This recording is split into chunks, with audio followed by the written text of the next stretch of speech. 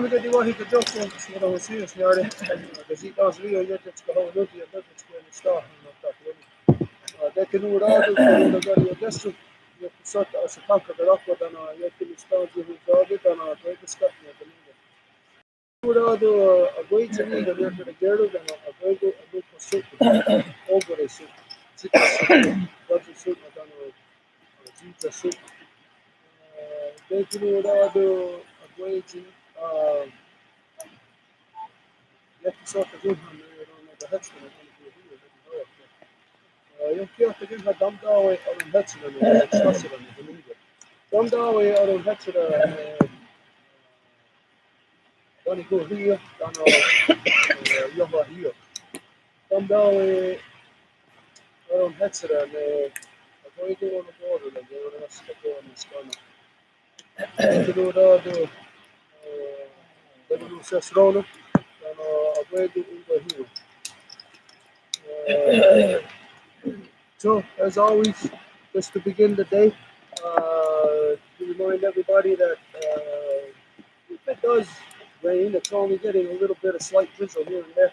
But if it does rain, we get rained out, we're going to just run into the teepee. And we'll be in there. There's that many of us anyway, so that's what we'll do if we get rained out. Okay?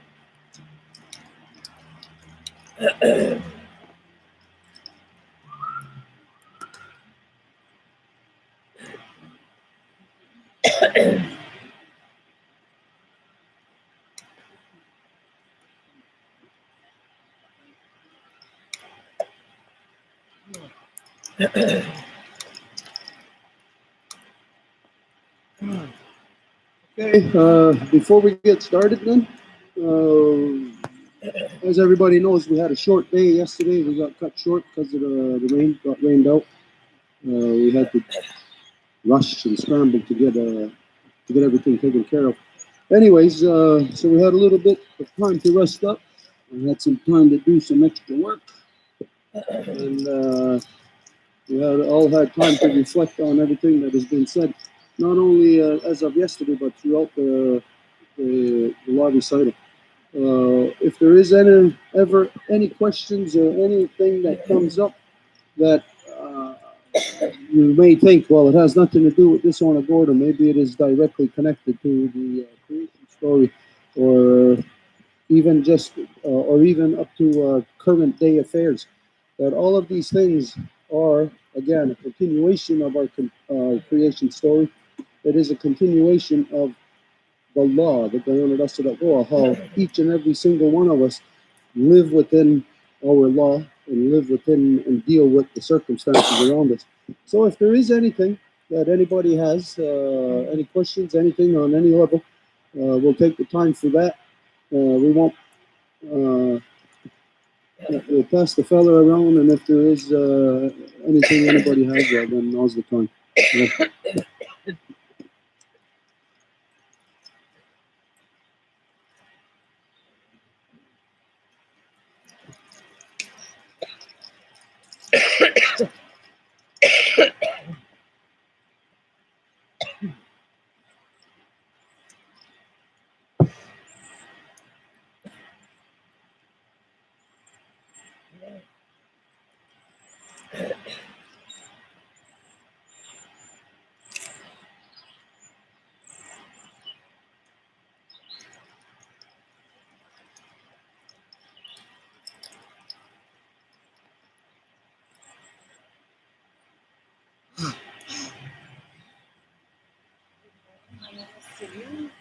Mikro.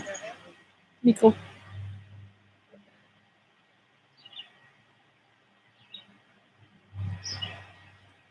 It's already open.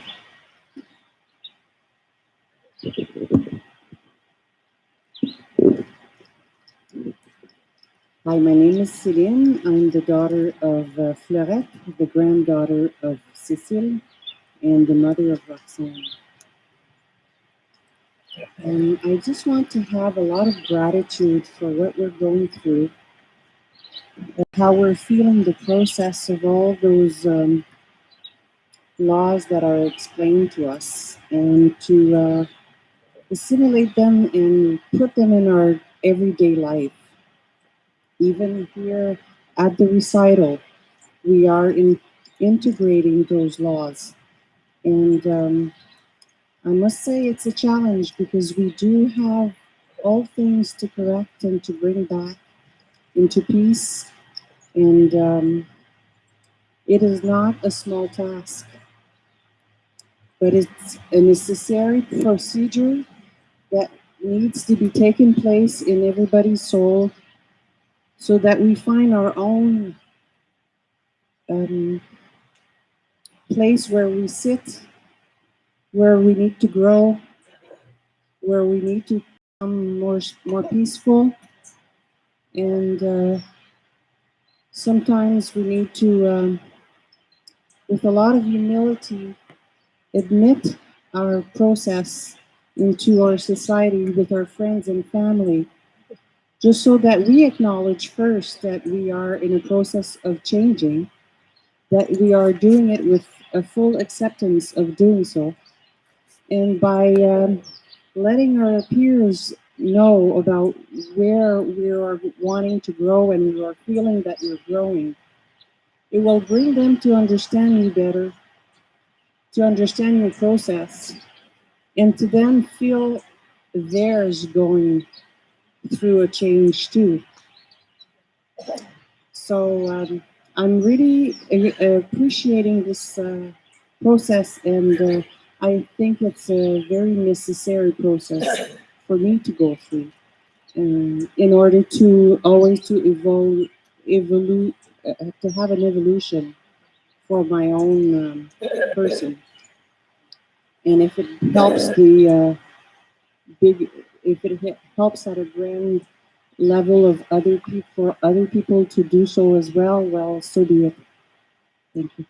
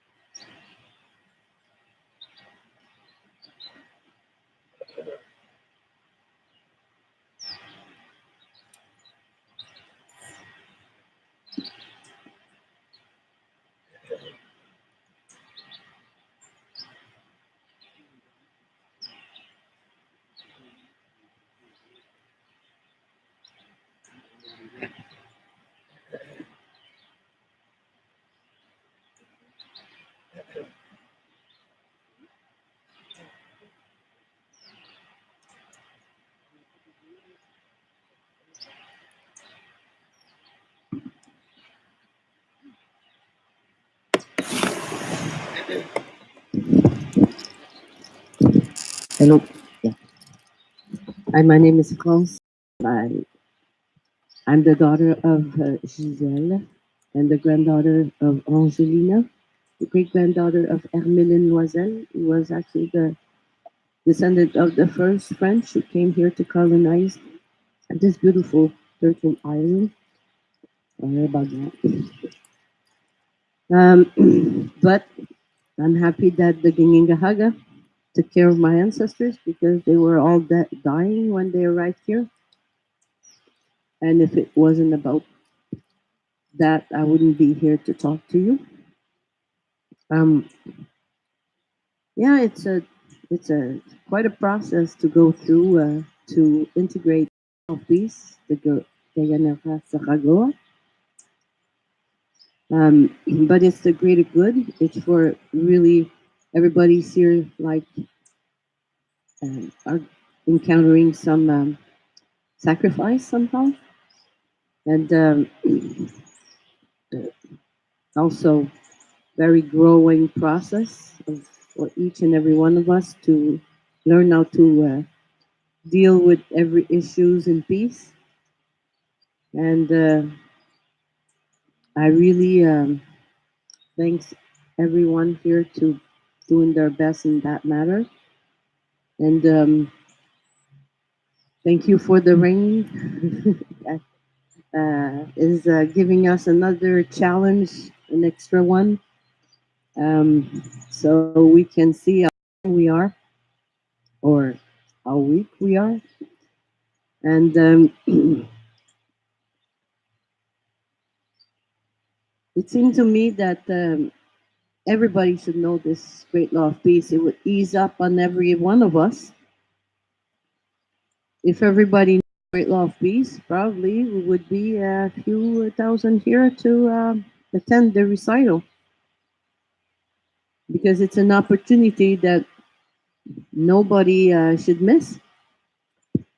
But in this world, where individualism and running for métro, boulot, dodo, you know, just being like enslaved into that process keeps us from encountering each other's in a human fashion and understanding the real place where we should be all.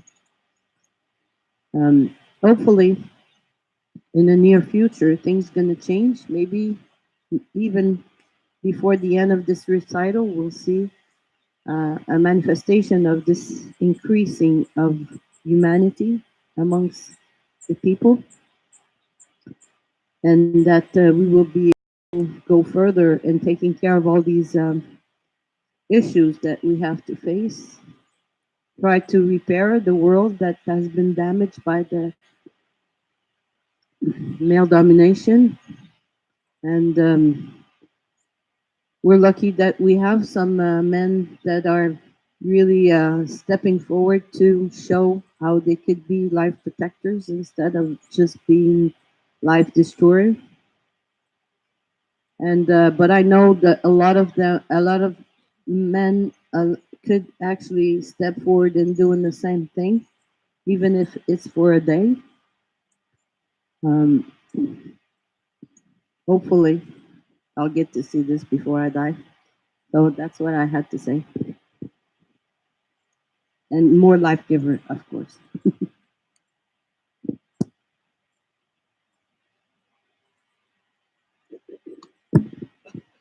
I had a dream last night, this morning, and I was with Edith on a campus somewhere. I don't know where, but it was speaking French, so it's probably here in Quebec. And then I don't know if it's you or another person, but I heard, oh, that guy there is in atomic engineering. So automatically I ran to speak to him, and then my alarm clock rang. But it just it got stuck in my head. Atomic engineering. That's what I had to say.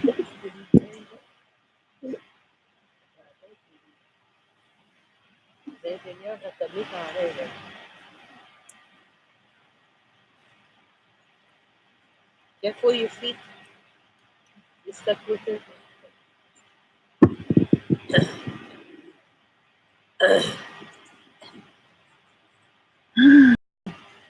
Scanning Nelson,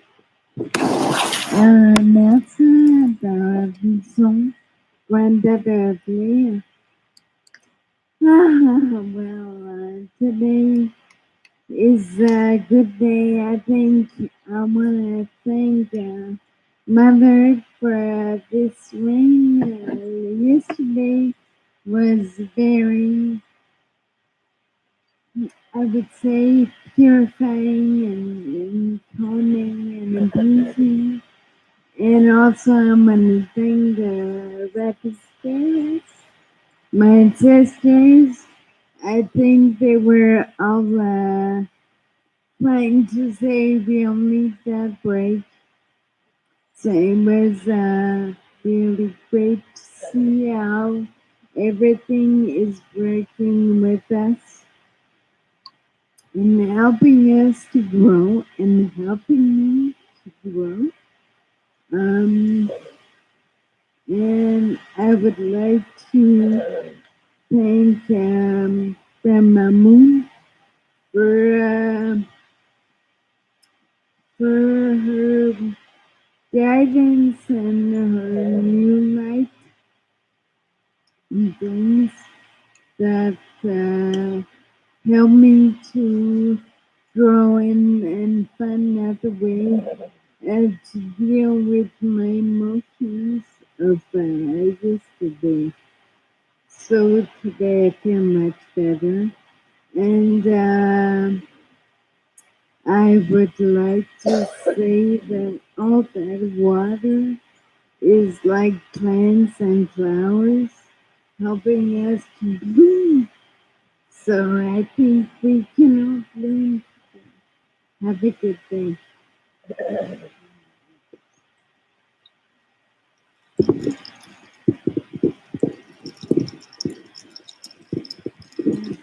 Also, I'm sorry, Stuart, we wanted to ask you about the sage and the recital.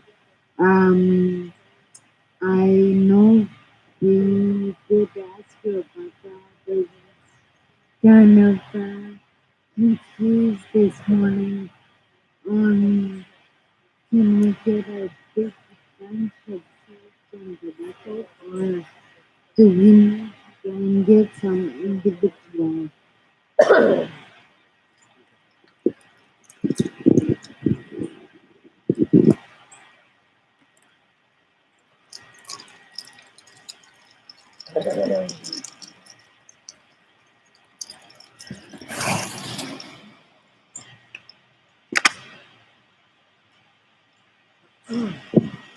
Okay, everybody has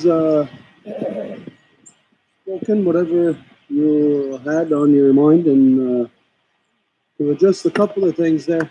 Uh, as you know, there's a lot of importance placed within dreams, and especially when you're involved in something of great importance, any dream that you would have would be very important. Let's say, for instance, that you again we go back to the first time that you met a girl or guy when you were younger and you were starting in that new life. That of course becomes the most important thing in your life. And if you dream about that at that time, then of course it's because that your again your subconscious, your spirit, everything about you is receiving information all day long. Your subconscious is more aware of things than what your conscience is. Your conscious is. So our dreams reveal to us the things that we are exposed to that our consciousness just is unable to grasp. And then again, there are dreams that are just nothing, just like watching a movie or something. But that dream in particular, if you are at a university or school or whatever, then it's obviously about teaching. And for the two of you, Edith and yourself, to be there, you know what the lines of teaching would be. It's not out of the ordinary for us to come into contact and to be speaking on the levels with somebody who would be, like what you said, it would probably be more like a nuclear physicist, an atomic engineer. I'm not really sure if there is a category of atomic engineer. It probably would be nuclear physicist. And as you know, that we have said in the past that with the moon teachings that we need to have a comparative science sharing circle with people on the other side of the coin. So somebody like a physicist would be, of course, somebody that we have already spoken to in these fields, but somebody that we could have continued dialogue on. The things that you see that we've spoken of yesterday, we do not talk only of like when the Granada Recital go, you might think law for people. It's not just about how we interact with one another, it's about how we interact with creation. And so there's a complete understanding of creation right down to what today's science identifies as the atomic level.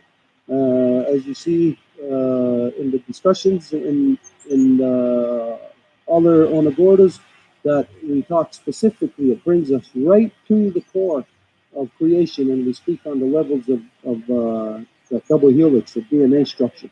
And so this Guyana Sadagoa goes into all fields. It would go into the field of atomic or nuclear physicists or even nuclear medicines. We have spoken with doctors on that in that line.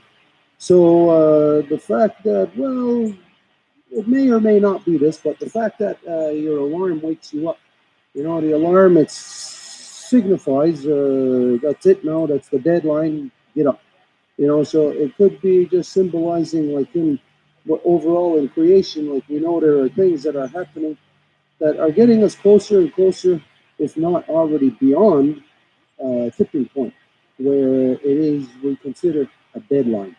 And so maybe this is just showing you that we are already at the deadline in which to speak to such people about the things that are happening. And it could be influenced into you through what we talked about. I think we talked about it yesterday about gene drives and about CRISPR and things on that level. It is, if it was the day before, whenever, it is something that is current. I have identified that it is already too late for that. That CRISPR is out there and it was designed not to assist, not to help people. If you have something that, let's say, has 100 points of where people can work with it, while 99 of them may be good. I'm not saying that about CRISPR. There is nothing good about it. But let's imagine there's a technology that 99% of it is good, and just that 1% is a negative. Well, that means then that whole thing, all 99, all 100% of it is a negative, that it is not good. We can consider the example of nuclear power. When it was being created, of course, Albert Einstein was saying, "Oh, this is going to be for the good of man, and it's going to give us unlimited power, and it's going to be clean fuel, clean energy." They called it. Well, of course, we know it's not any of that. It never has been any of that. Albert Einstein, we've labeled him as anybody who in science has the Albert Einstein syndrome, which is where they believe that science is the authority and that whatever science develops through its authority, that it is legitimate, or it is, or it might be considered legal or a viable avenue in which to pursue. But Albert Einstein syndrome is the scientists lost uh, in their speculation. Because no matter what we look at science, you think science is proven and established whatever. It's a proven, not a theory, but you would think that it is a proven, established process. When the reality of it is that it is not. It is all science today is all speculative. Like for instance, we know that today they're talking about nuclear fission, coal fission, I mean. And this is what they're referring to give them the drive to go to our grandmother moon to extract helium-3 to power their coal fission. Because they identify that, well, helium-3 would be the fuel to power it. Even though they do not currently have the process of coal fission, it's just something that they talk about. So it is speculative. It is never something that is solid where you can look at it in theory and say, yes, okay, this is going to happen this way and it is safe. Well, if it is not, if it cannot be proven in its theory to be completely safe and to be completely conducive to creation, then you know that the thing is not, that it is a negative. So we know that on these fields, of CRISPR, of gene drives, of nuclear. That in all these fields, these things have already failed. They have already proven to fail and to be harmful to humanity, to be harmful to all creation.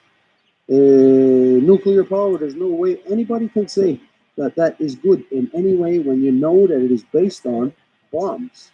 That it is what nuclear power generation has come from the development of war, of bombs.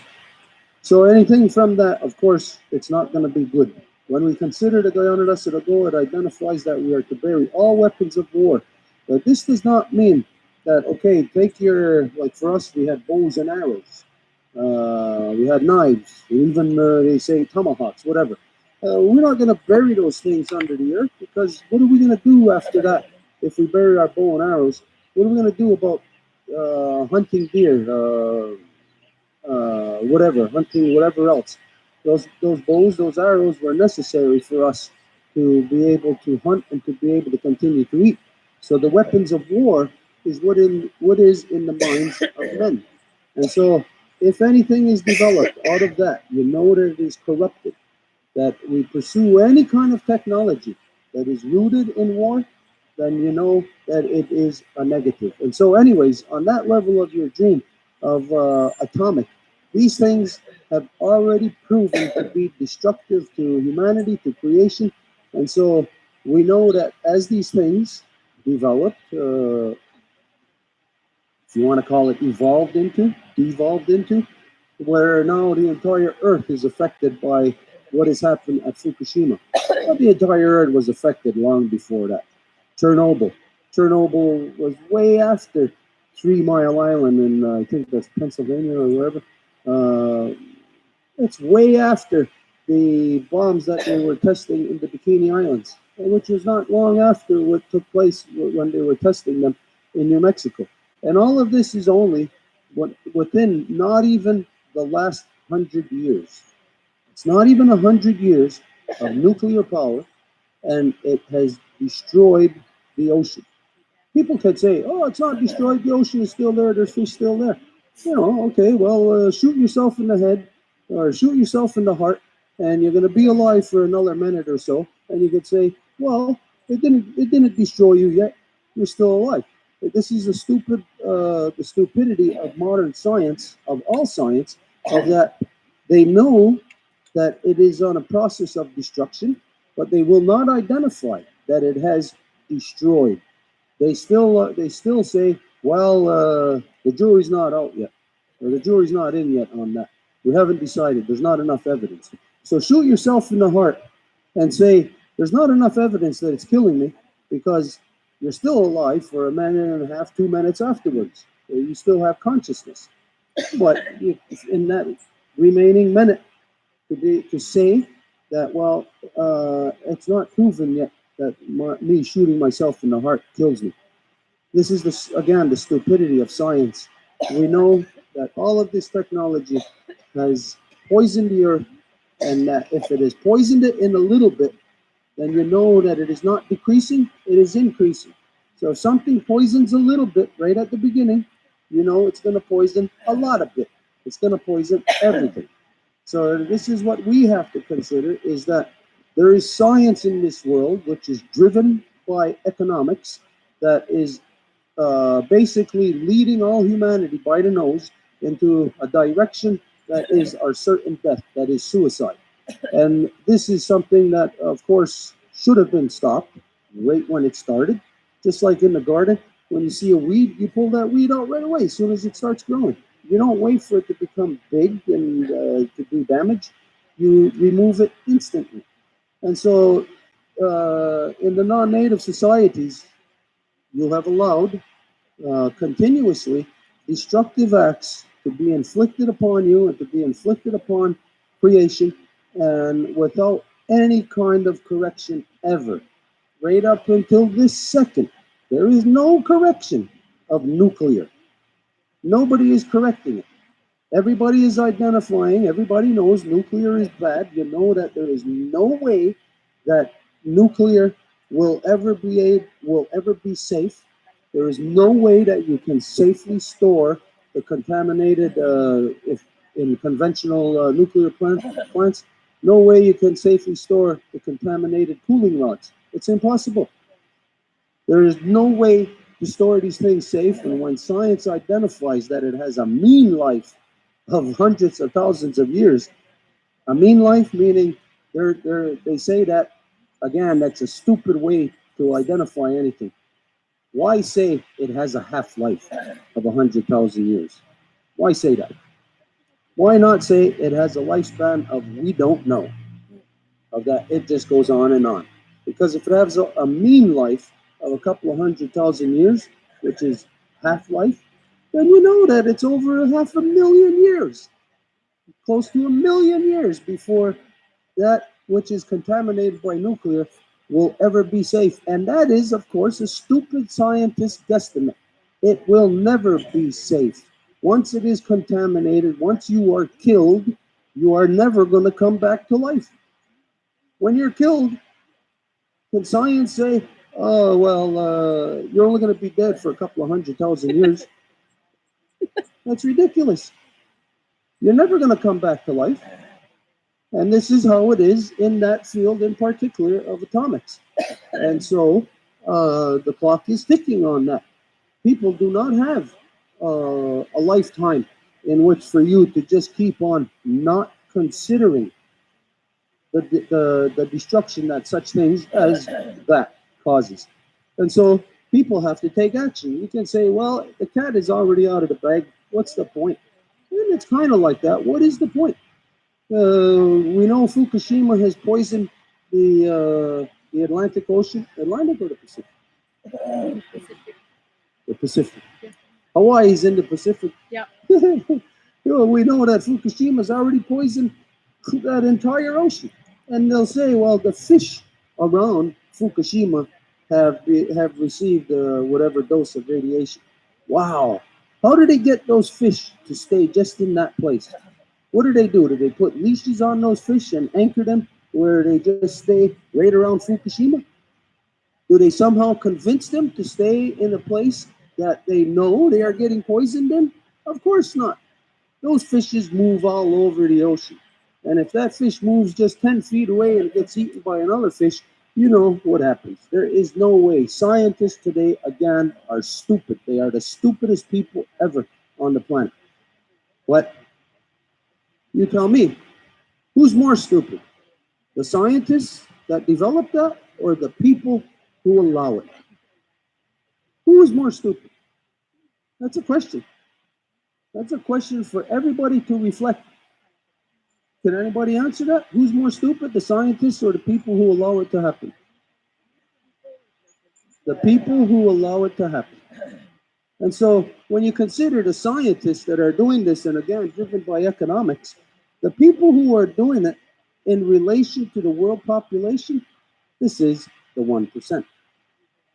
The 1%, what everybody talked about just a few years ago, you know, like through the Arab Spring, the Occupy Wall Street, whatever else, this and that, all of these things have identified, brought the people to a certain understanding, especially through Occupy Wall Street. It brought them to an understanding that just 1% of the world population is controlling you economically and is causing you to continuously go into recessions, depressions, causing you to officially sanction and to have as official government policy within all your countries theft on a large scale. Let's say they say grand larceny is something over $5,000. Well, what is something over 5 billion or $500 billion? Would that be super grand larceny, or isn't that more worse than somebody who's embezzling $5,000? When you look at like in Goldman Sachs and these similar companies that they have stolen hundreds of billions of dollars off of the general public, and the general public allows it. And when they steal it off you and cripple your economy, then your tax dollars goes to them to build them back up, to give them more money. This identifies that the people in a non-native society If this is going to hurt your feelings, big deal. Don't care. It's stupid. Very stupid. Because this is the process that you have created, that the non-native people have created, the process that you vote in, that you say when voting gives you your personal say, your personal power. Everybody votes in it and gives the power to the 1% to destroy you on every level, economically, scientifically, politically, environmentally, socially. You are being destroyed by the 1% that you give the power to. You pay them. They take the money right out of your pocket. They come up to you right in broad daylight and steal right off of you. But yet, you have laws in place that will punish and send somebody to jail for 50 years or however long for grand larceny, for theft over $5,000. But the people who are stealing hundreds of millions and billions, there is no kind of restitution that the people have. You don't have access to those people. So we can see on every level there is this stupidity in society that just continues to, for some reason, every generation continues to be locked into it. Every generation continues to think that it's okay. And you can say, no, you don't think it's okay. There's a lot of people who protest or whatever, but big deal you're protesting. You're protesting yourself. Especially in all systems, all so-called governments on earth, democracies especially, you protest. Who are you protesting against? You're not protesting against something that's doing something to you. You're protesting against yourself because you protest against corporations. Where do those things come from? Did they fly here from another galaxy and they come and they inflict this upon you? No, you created corporations. People, you created it. You continue to give it power when corporations are illegal. We think of this. Okay, we'll look at first what the Granada Sinagoga is its law. It's law of the people. And everybody says all people should be equal. Everybody says that. Everybody's a liar. Okay, if all people are equal, then we have rights. We have laws that govern us. Okay, let's say we got human rights. That's what we're looking at. We'll say there's a human right to clean water. Okay. We all got that right. Okay, then corporations are created by people who then have the right, through your government, to take that water, to poison that water. So, you know what? Those corporations have more rights than people. How can anybody be stupid enough to continue to be a part of a system that you all talk like you say equality, but it is a goddamn lie where your system gives more power to corporations, and then those corporations are broken down into different lobbying interests.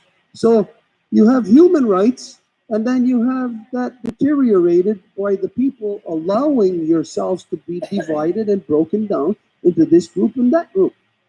And so, like for instance, something that I seen in the news this morning, which is so funny, so ridiculous. Uh, California, what was it? Modesto, I think. There's a city in California, Modesto. I think it's Modesto. It's on. I seen it on CNN this morning. There's a group of people who applied for a permit to have a parade, a straight pride parade.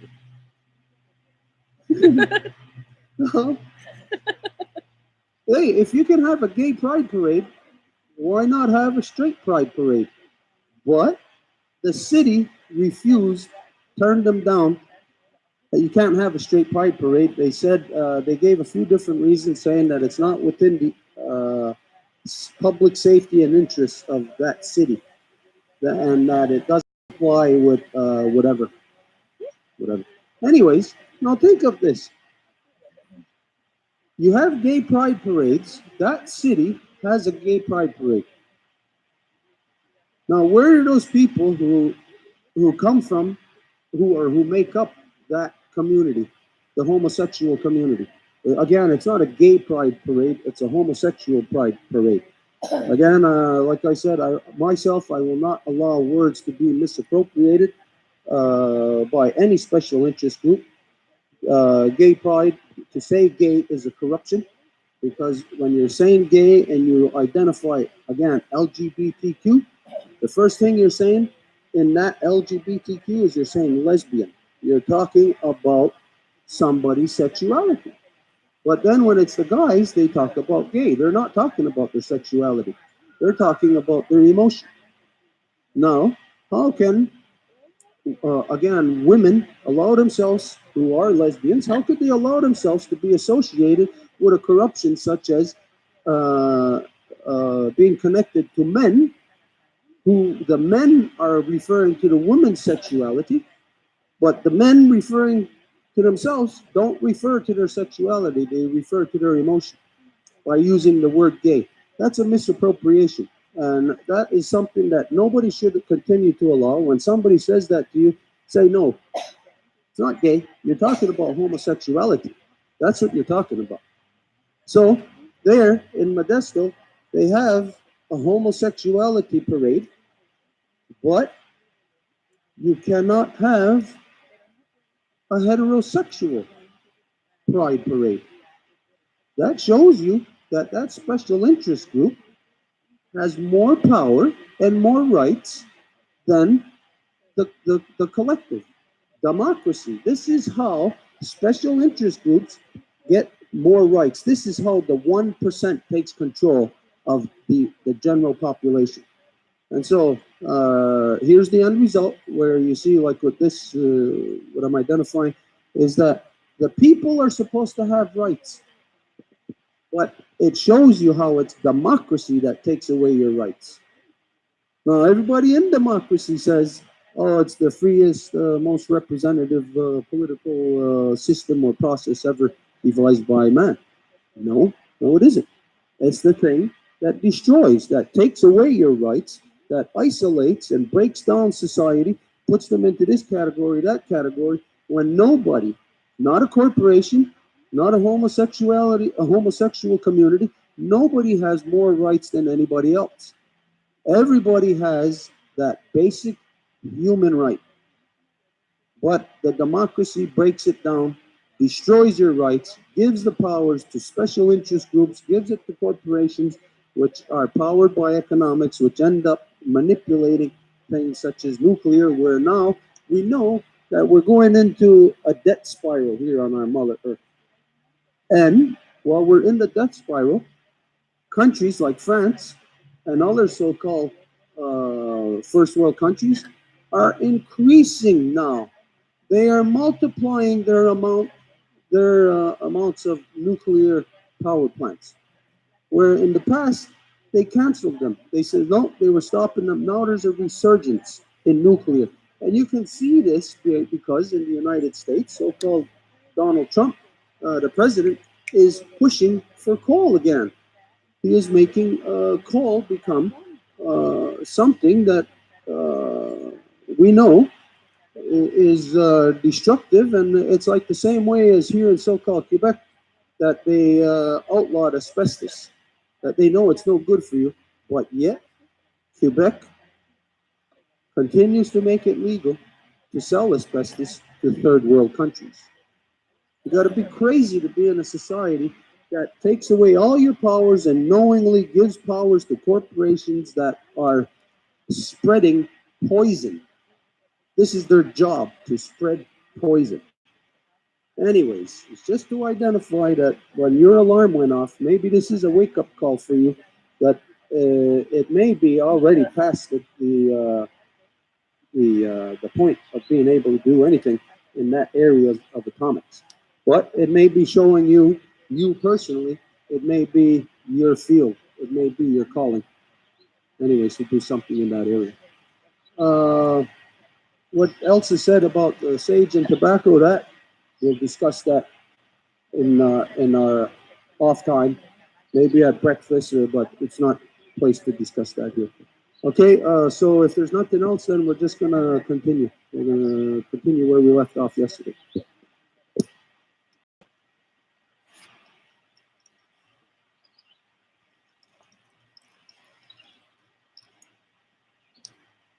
did we leave off? 29.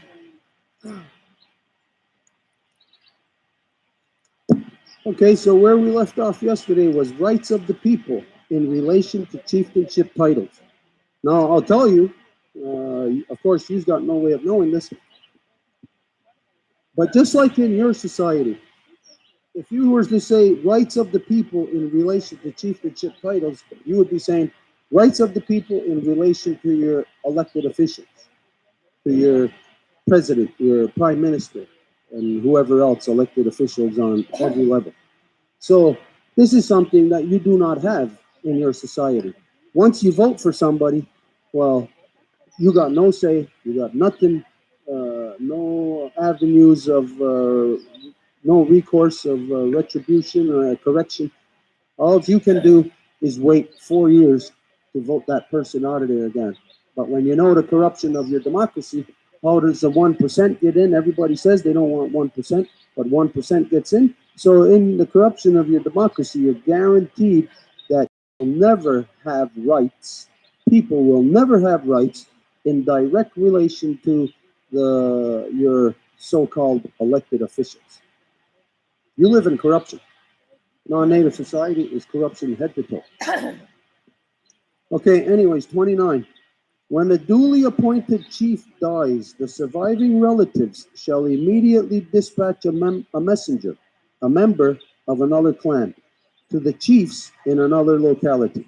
When the runner comes within hailing distance of the locality, he shall utter a sad wail, thus, wah, wah. The sound shall be repeated 3 times, and then again and again at intervals, as many times as the distance may require. When the runner arrives within the territory, the people shall assemble, and the chiefs must ask him the nature of his sad message. He shall then say, "Let us consider." Then he shall tell them of the death of the chief. He shall deliver to them a string of shells, the wampum, and say, "Here is the testimony. You have heard the message." He may then return home. It now becomes the duty of the chiefs in the locality to send runners to other localities, and each locality shall send other messengers until all the chiefs are notified. Runners shall travel day and night. Now you're talking about a chief here that dies, but the chief that dies in a truly representative system, that's got nothing to do with that individual who holds that position. It has everything to do with everybody else. Because if that position is gone from you, where your voice is uh, represented, where you have immediate course of retribution or corrections, that position becomes the most important thing to you. Because, like what we just identified in sharp contrast under your so-called democracies, that you got no power in relation to those politicians, and those politicians are so corrupted that you need to have power over your politicians 24 hours a day, but you got no power over them. So within the great law of peace, where the people are the power, and the chiefs only represent under the authority of the women, then that chieftainship title is your voice. And so it is not about that person. There's no responsibility that that person or that family has to the title. The family has responsibility now to the person who has died. So from there, the title is the responsibility of the people. And this is why it's the people that must immediately send a runner. Now, let's say, again, just to make this understandable, if, not that my father held that position, but let's just imagine that my father held a position of chieftainship title. Well, when he died, uh, I got no responsibility to that title. My responsibility would be to take care of my father. It becomes your responsibility, and as it's identified, an opposite clan. So in this particular scenario, which I'm given, my father and myself are opposite clans. So my father's a bear clan, I am a wolf clan. So who would be dispatched as the runner? Anybody know? Any answer to that? Anybody? Who? The turtle. The turtle would be dispatched because in that particular example I'm given, there is no turtle in there. There is only the bear, my father, and the wolf, myself, my father, my mother's side. So those two are directly affected by that death. So those two are not the ones that would be the runner. The runner would go to the other one that is not directly affected by this. So if somebody in the wolf clan dies and they're married to a turtle, then it is a bear that is dispatched. So let's see. Yeah, that's it's pretty clear there. I don't know if anybody has any question or anything about that.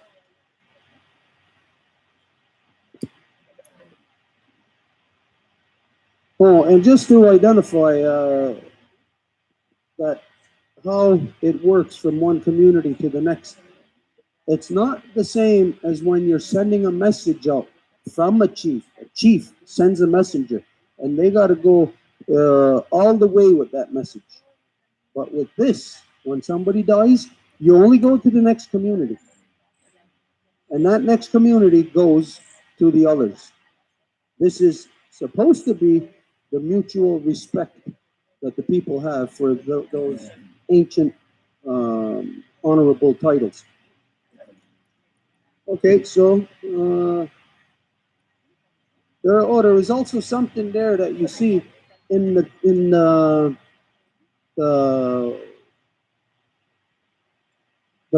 notification. Whoa, that this is also something that you can see in the ceremonies, and you can see it. Well, I'll ask. Does anybody know where that is within the ceremony? Whoa, whoa! It's in the big drum. And there is the parallel that in the big drum, that this is how the big drum is called to an end each verse, that the speaker goes, wah, wah, hey, wah, hey. And so it's at the end of that oration in the big drum. It calls it to an end. And so here it is at the end of somebody's life. It is the same basic oration. Wah, it's the same root. Okay, so 30.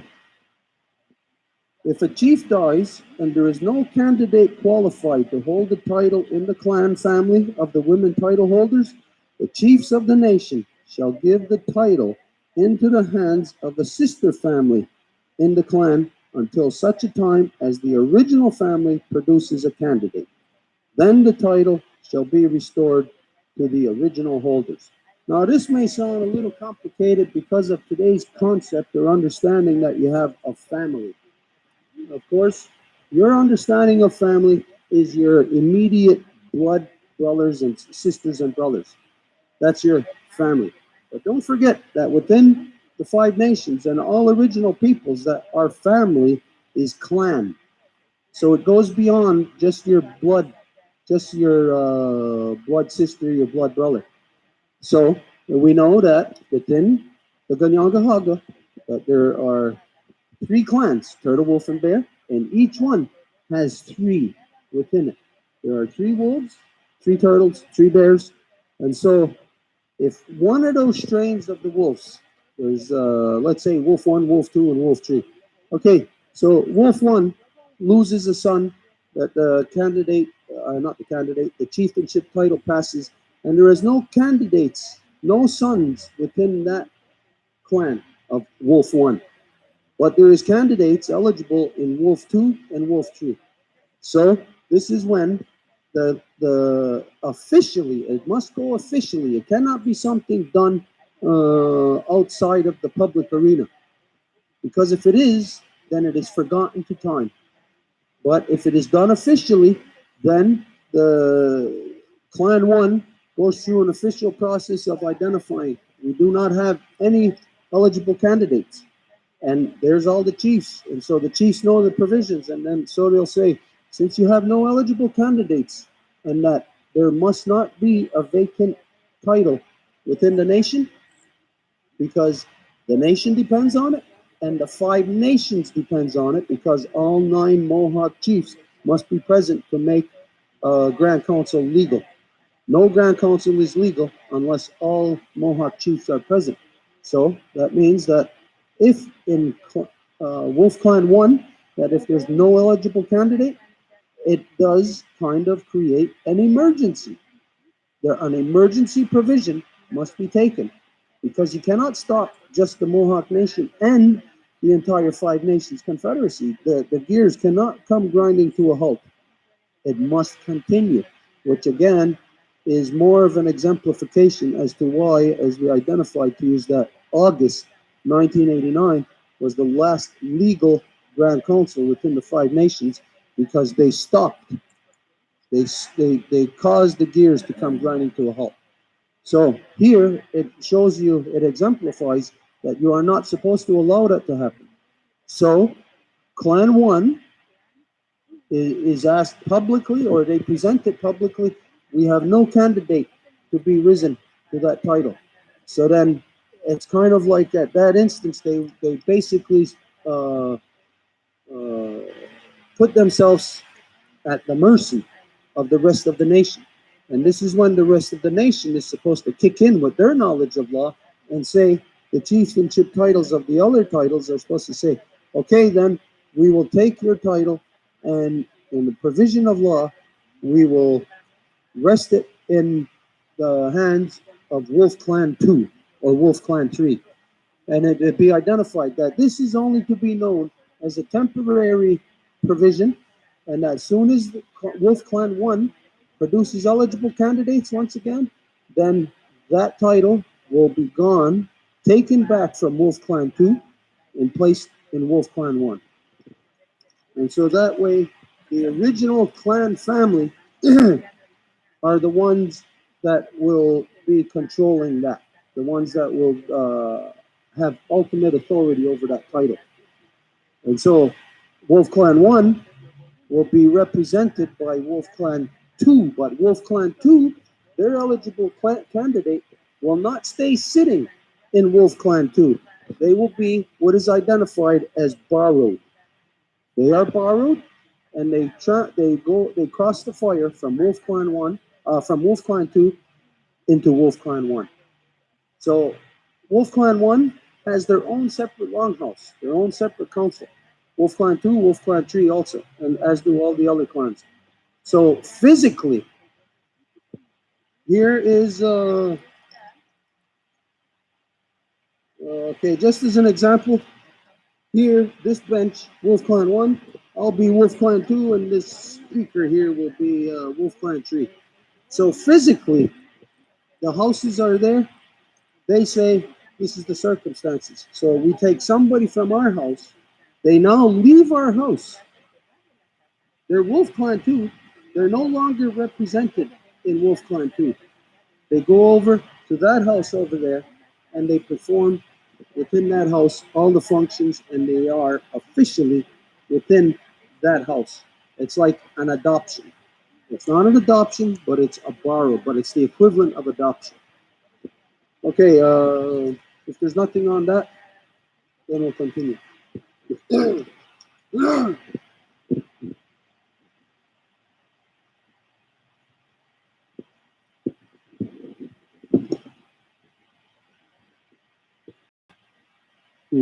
31. No chieftainship title may be carried to the grave. The clan mullers, women chiefs, men chiefs, or the people of the Confederacy may dispossess a dead chief of his title, even at the grave. So what this means is that this, the title, the Gastoa, nobody is supposed to die with this on their brow. As you heard yesterday, there's a provision that if somebody is dying, that the clan mullers would go with the other chiefs and the clan muller of that particular chief would remove his title. That's the ideal conditions. But you know what? People die all the time, and you got no control over where they're going to die, or how they're going to die, or when they're going to die.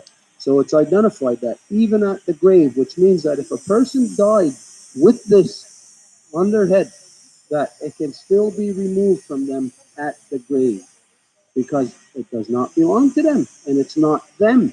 It's the position that they fill. So there has been stupid people who have said that, oh, that person died and so that title is dead. These are stupid people. They don't know. These are people who are basically suicidal, that they killed themselves with their own stupidity. So, anyways, there is no way that any title can ever die, can ever be buried. The title, it's impossible. That cannot happen to it. It's something that is uh, beyond the ability of people to do. It's like saying that, well, I can take your spirit. Maybe I can oppress you physically, lock you into a certain way, and you could say that it's broken your spirit. What? No matter what, can't take your spirit. And so, the same way that these titles, no matter what, they cannot disappear. If the Five Nations Confederacy is dead for 10,000 years, those titles are still there. And those titles will still come back because those titles are not created or rooted in people. They are created from creation and are rooted in creation. They are an extension of creation as to how to get people live in balance and respect with creation and how to affect our stewardship upon creation to affect our proper relationship.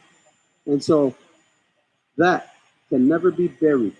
It is an intrinsic part of creation that is always there. It's just a matter of that if the people become stupid, then the people become separated from the knowledge of those things. And when they do, then like the stupid people who claim to be Longhouse today, they identify that that title is buried. Well, that means for them it is buried, which means knowing the 48 chieftainship titles, male titles, the 48 female chieftainship titles, 96 titles makes up, let's say, a complete brain. And when somebody gets rid of one of those titles in their mind, what they're doing is they're just breaking down their own brain. They're breaking down their own reality, diffusing themselves. Okay, nothing on that. We will continue.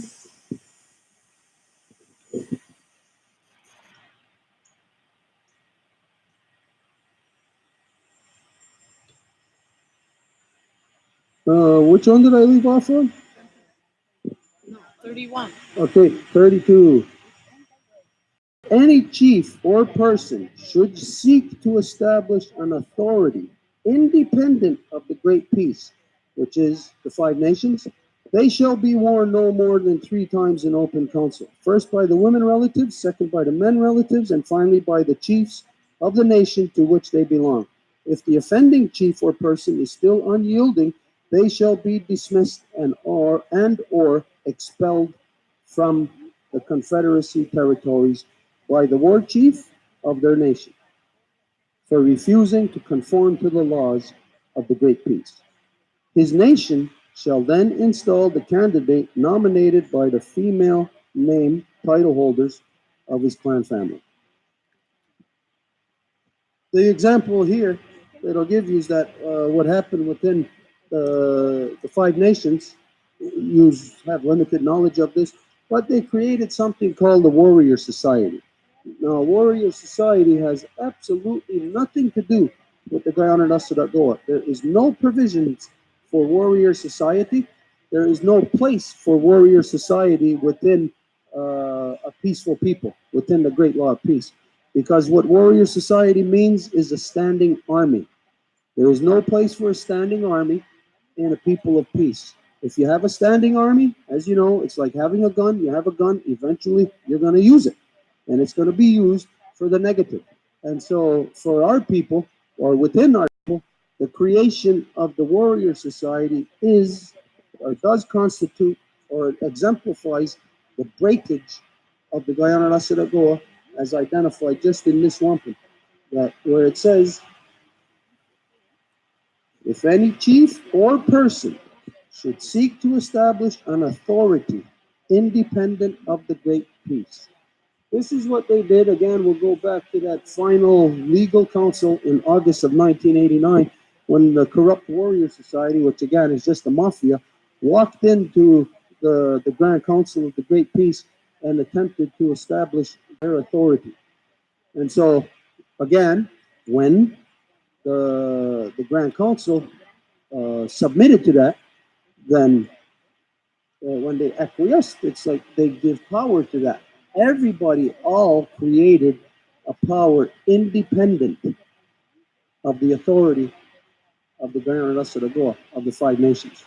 So everybody is guilty. No, you got to consider what happens in a society when everybody is guilty, when everybody is corrupted, everybody is doing something illegal. What happens? What happens if there's just one person in that society? You gotta look at the reality. Can that one person go and affect law to say, okay, you're all you're breaking law, and come here, stand here, and I'm gonna apply law to you. You know, those people who break law are not going to subject themselves to correction of law because they're the ones breaking it. So what happens when you got a society when everybody is breaking law? If there's just one family left or one person left that is upholding law, well, it tells you that, well, there's a certain way or certain thing you got to do in order to stay alive. That you could come forward and say, okay, I'm going to apply law to you. All 99 people, you all come forward, stand here, and I'm going to apply law to you. Of course, like you said, they're not going to go for that. And if they break law, of course, that means they are against law, which means that if you are upholding law, they are against you. And so if they are against you breaking law, and to the degree of it being treasonous, then that would mean that those people will do anything to not be exposed and to not have law applied to them, and not to have anyone become aware of the corruptions, the wrongs that they have done. Well, anyways, regardless, it did not matter to us that we had pursued this anyways with the Warrior Society. That right in Grand Council, we had put the charges there right from the start of the division back into 1974. As those divisions were there, we put the charges right up to Grand Council. Now, it was a bunch of people holding those chieftainship title positions who all weaseled, who all crumbled under the pressure of corruption of mafia, of warrior society. No, big deal. We didn't crumble to that. We maintained right up until 2015 was the last time where we requested a meeting in Akwesasne. My father was still alive. We went to the Warrior Society house in Akwesasne, and you've heard this story before, that on the floor of their council, I accused Paul Delarome of leading the people down the path of the Ganiguraksa with the tobacco industry. Anyway, so we laid the charges there. So, okay, what does it mean for corrupt people who are lawless? It doesn't mean anything. They're not going to stand there. As a matter of fact, Paul Delarome just, when his phone rang, he got up and he walked out. And so he didn't have to address it. And everybody else there was so corrupt along with him that nobody said, hey, wait a minute, are these charges legitimate? No, like I said before, if somebody put charges on me, said something that I am guilty of leading the people down the path of the Goni Guraksa, am I going to just get up and walk, just leave that? Of course not. I'm going to address that. You know who will not address that? Somebody who is guilty. Somebody who is not guilty will be offended by that.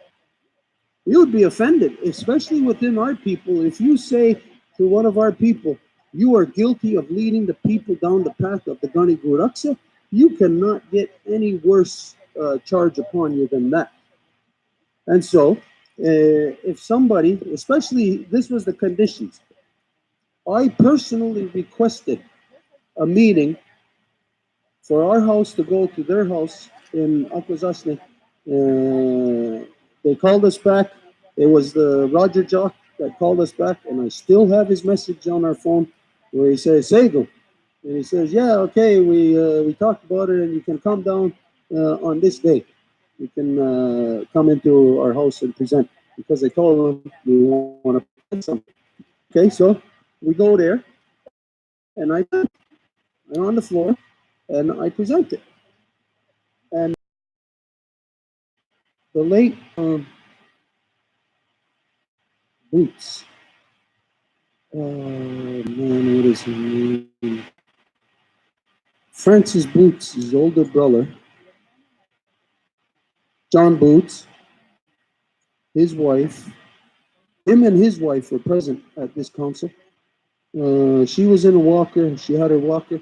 Anyways, after I made this allegation on the floor, accusing Paul Delaron again of leading the people down the path of the Gunny Gudaksa, and I also told him that he only had until the summer solstice in which to correct this. But it was not only him. I named him, Paul Delaron, Thomas Delaron, and the late Arthur Montour. Arthur Montour was still alive at the time.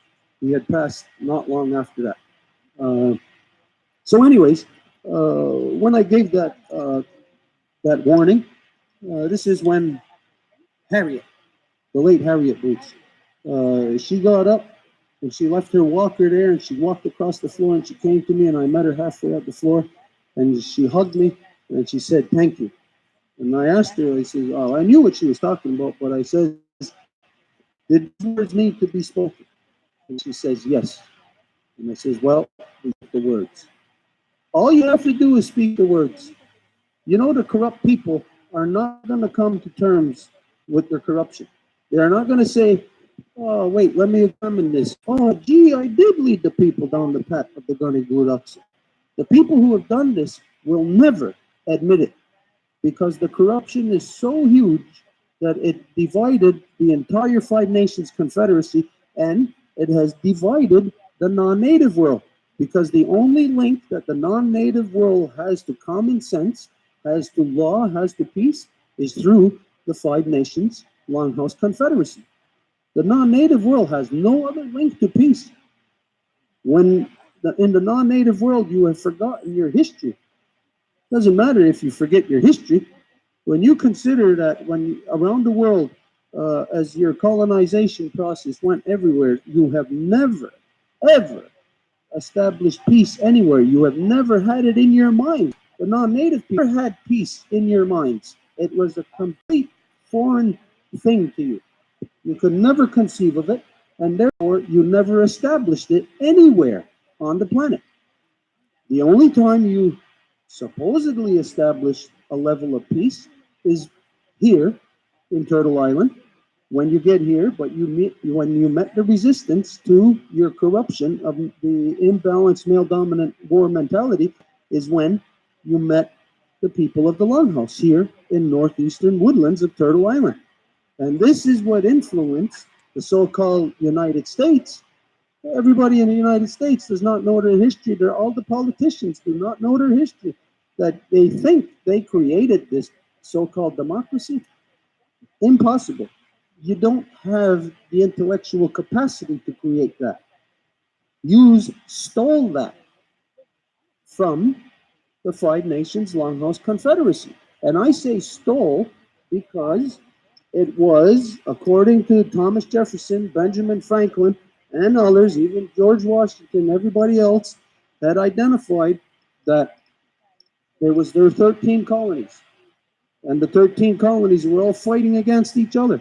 And they identified that it's ridiculous of them for 13 civilized colonies to be fighting and not to be able to achieve peace when the five savage nations of the Five Nations Confederacy have attained peace and maintained it for thousands of years. And so, with that, Benjamin Franklin and Thomas Jefferson were allotted seats of honorarium within the Grand Council because they said that they were going to adopt the Great Law of Peace, the ways of the Five Nations. But they didn't. They stole.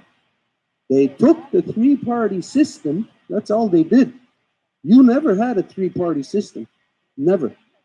Even when you go back to so-called ancient Greece, you never had a three-party system. Democracy has never had that. And so I say the reason why we say stole, because you came with a lie. You said you were going to adopt it, but you didn't. You took the model and you corrupted it from the truth of it being matrilineal and corrupted it into the lie of it being male dominance. Now, male dominance never existed in representation of people anywhere on the planet.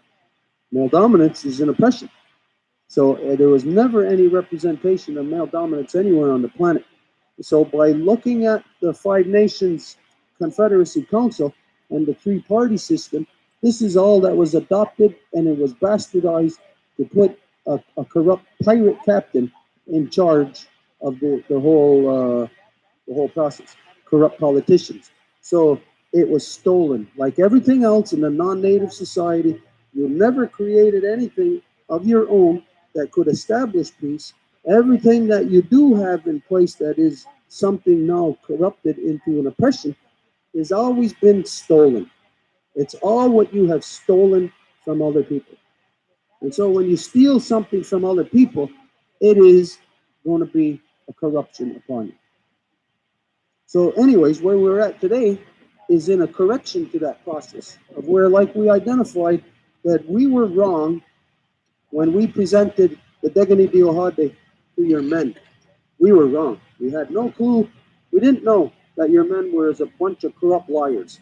They were in the beginning, and they still are today. There is no difference between what we seen 500 years ago and what is here currently in the corruptions that are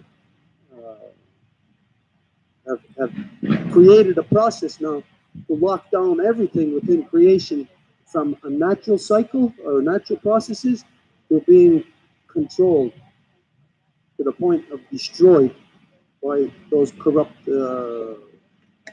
by those things that are corrupted that you have stolen. So we had determined that it was wrong. We were wrong. You can't present a two-row wampum peace treaty to a bunch of warmongering, corrupt, male-dominant oppressors. You can't, because they don't represent your society. And so what we identified now, as last year, is that we must present the two-row wampum to the true representation of the non-native society, which is the women. And so this is the correction process that we are in right now. You are in the correction process by going through the exact same thing that men went through hundreds of years ago.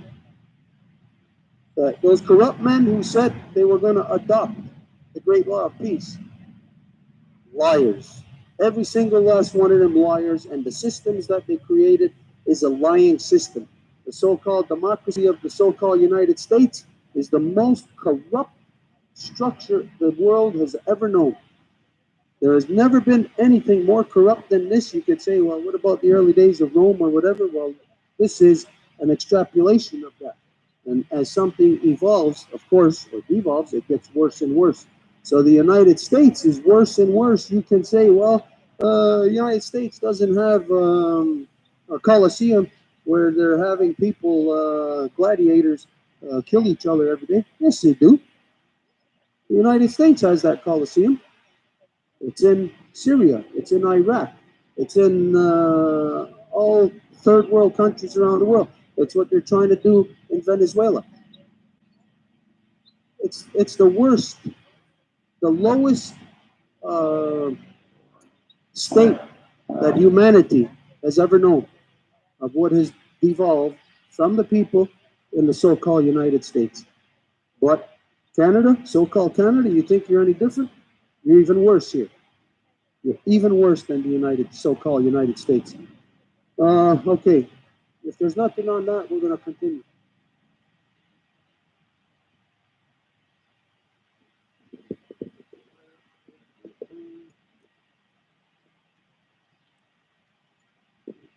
Okay, 1.33, installation of pine tree chiefs.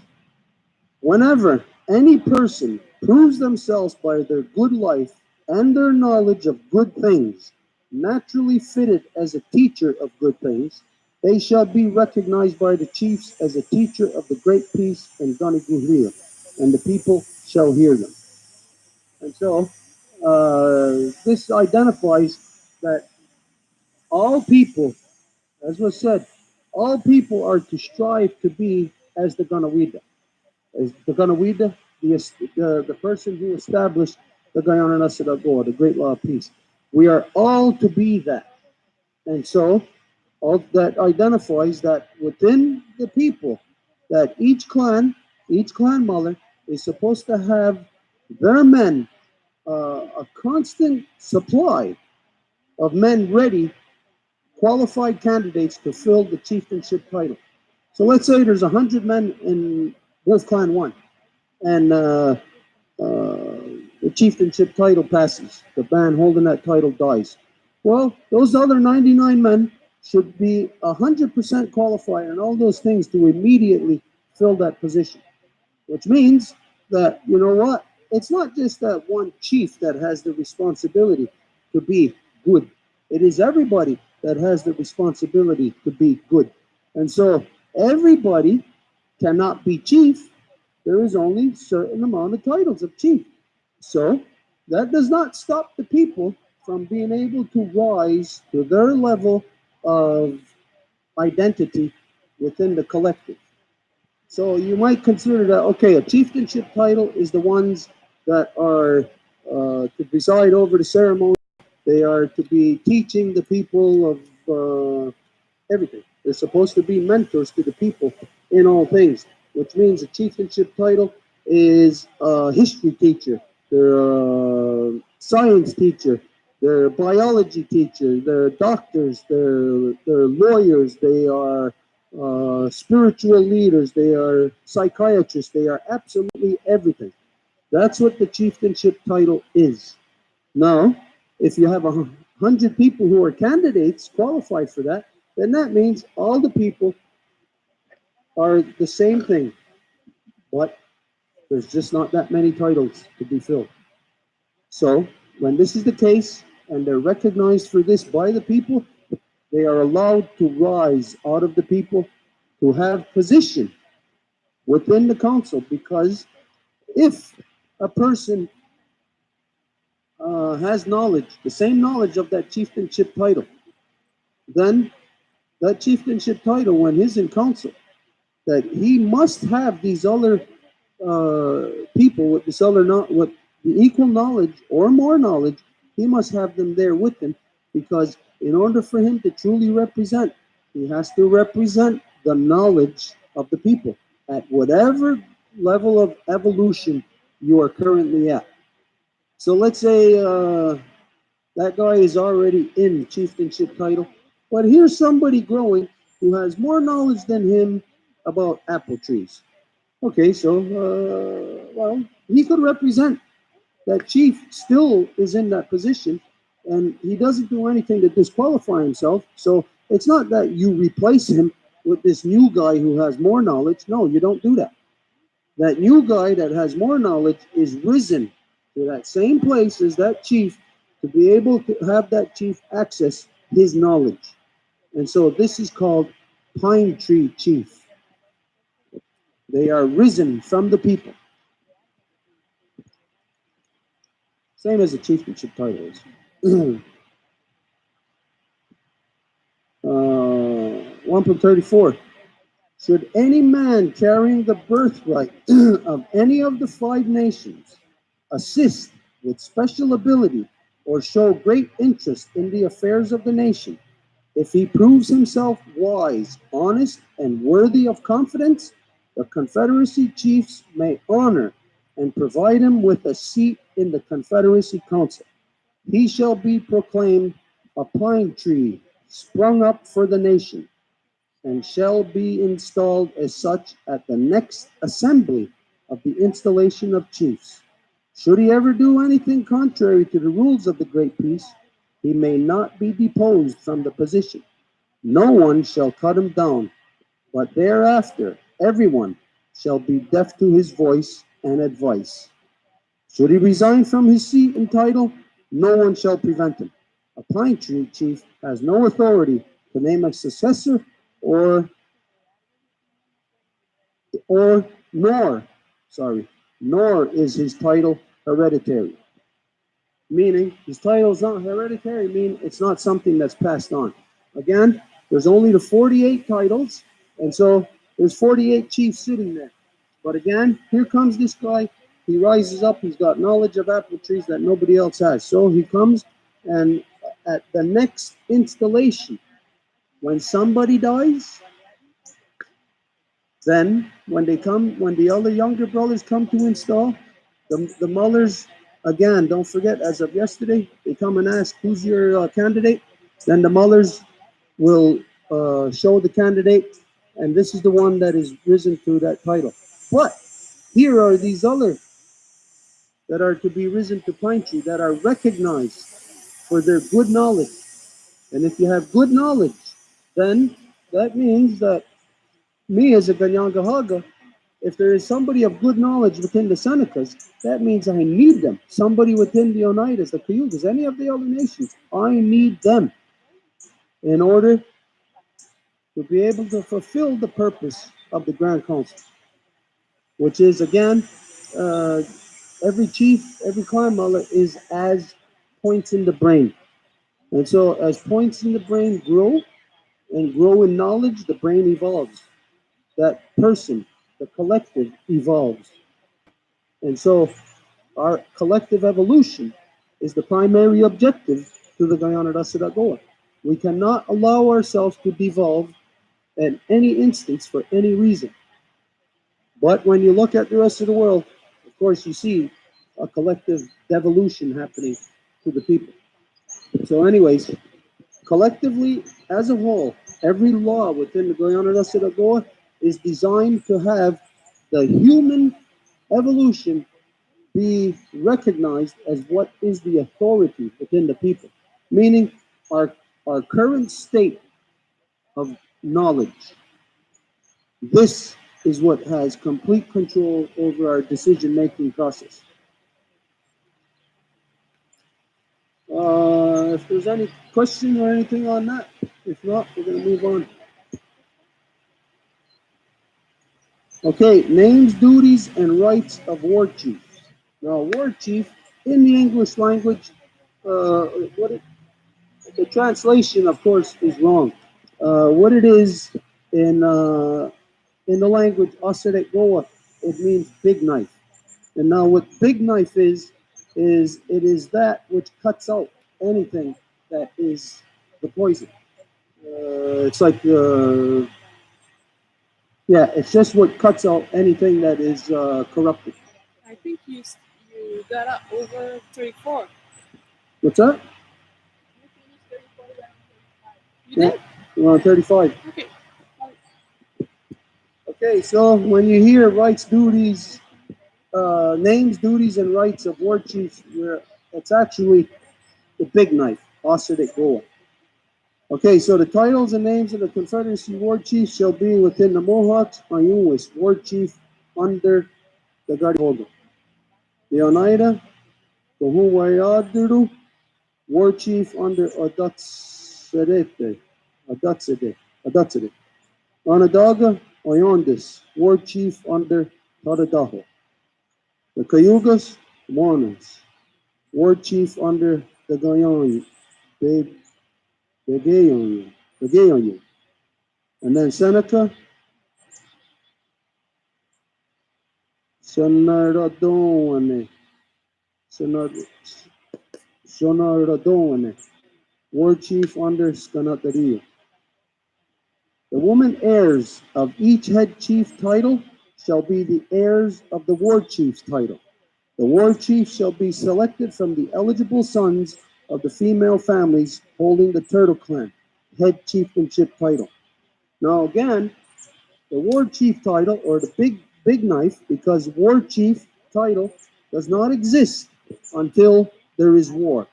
But you don't wait until there is war to go around looking. Okay, who's going to be our war chief? No, there is an official title where that person who would be war chief is there in times of peace, and that is under the again the title and the name of Osidet Goa, which means that person is like the police within that nation.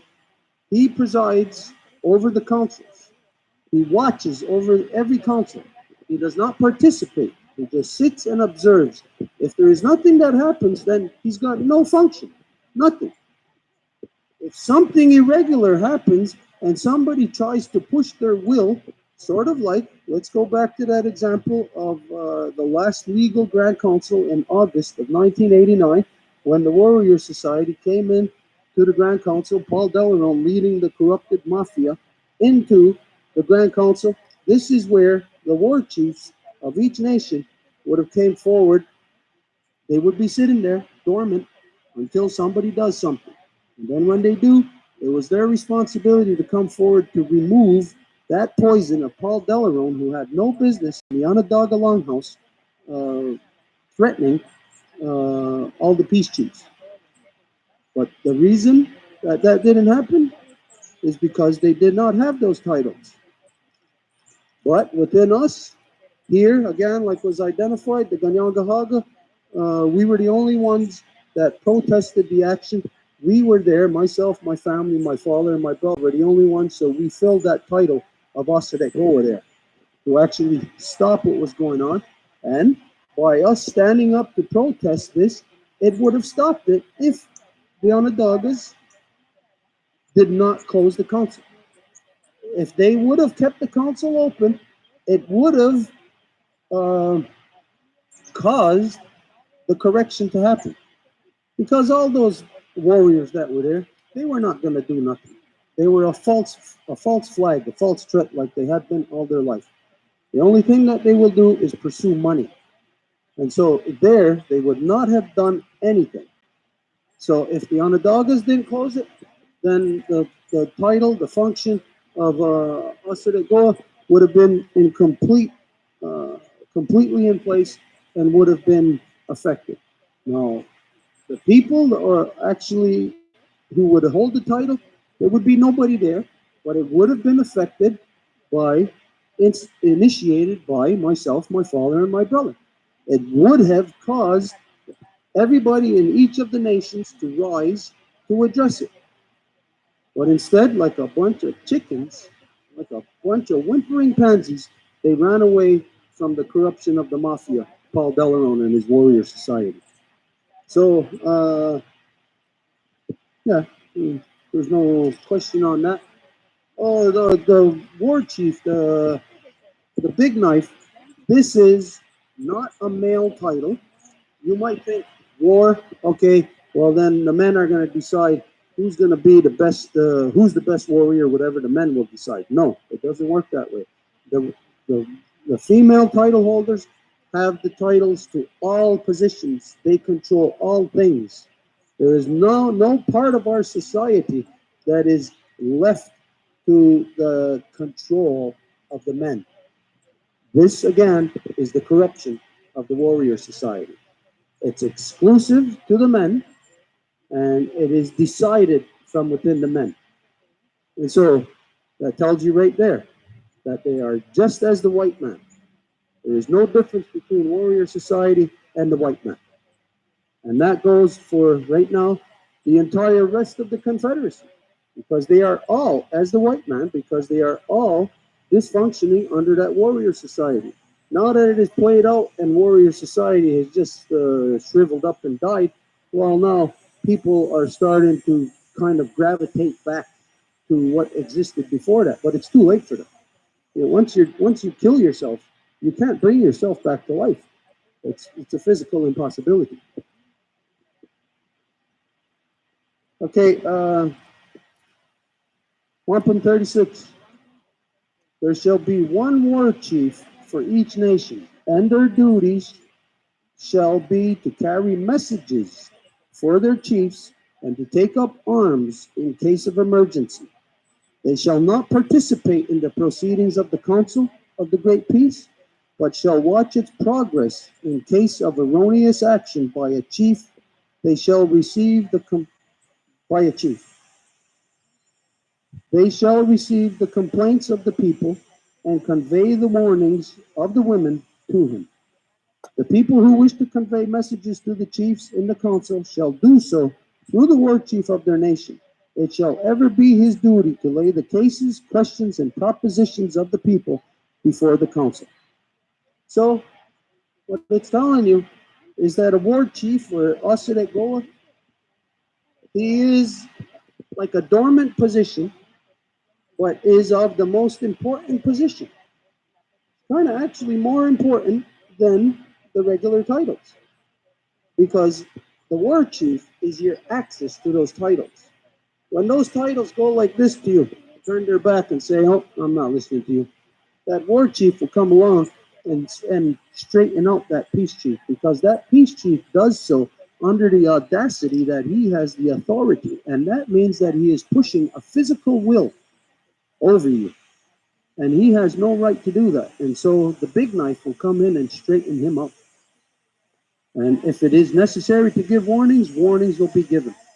And so the war chief has got to be somebody that is of such disposition that, of course, not that he uh, has to threaten people, but it's just his presence that is the not the threat, but the nobody wants to be on the wrong side of that.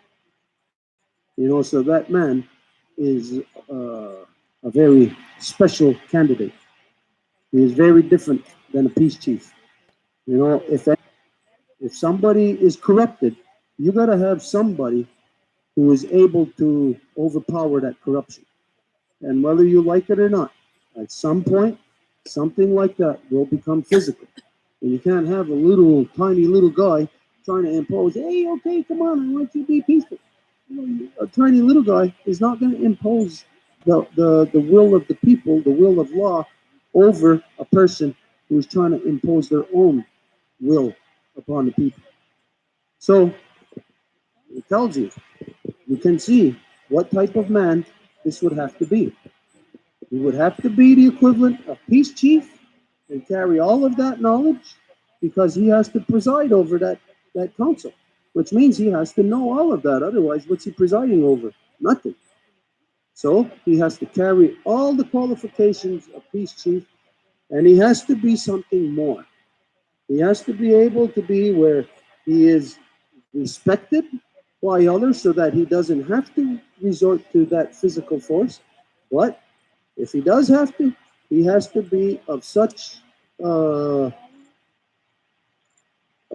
physical disposition where not only will he be respected, but if need be, he will also be feared, if need be.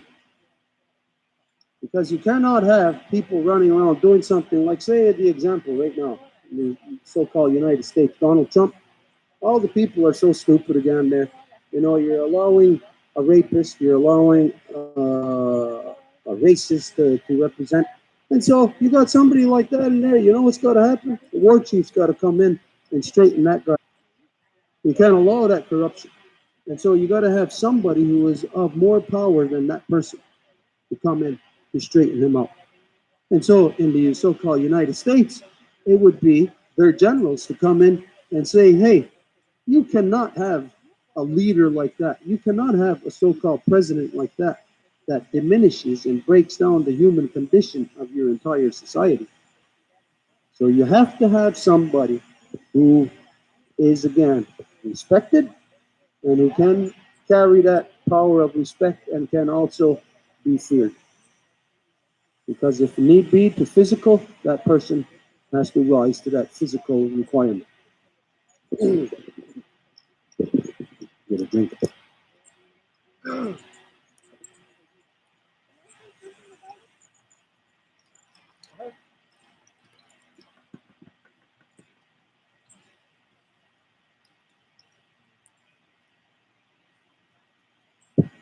The digits, esse negócio, Logan, está socorro da nossa comunidade de Panchita.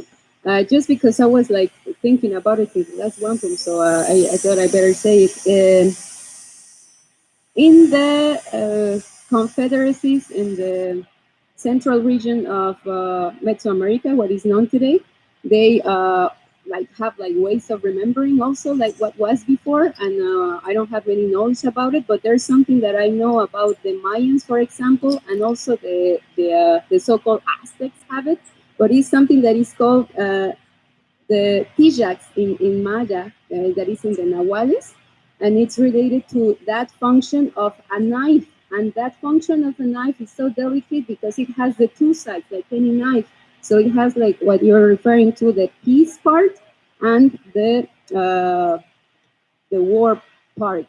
So something that I had never really grasped, and I think until now, is that it will be the Azaregoa that will be the door of the complaints of the people. Because of course it is illegal, and I don't remember what one poem says it, to bring trivial issues to any chief.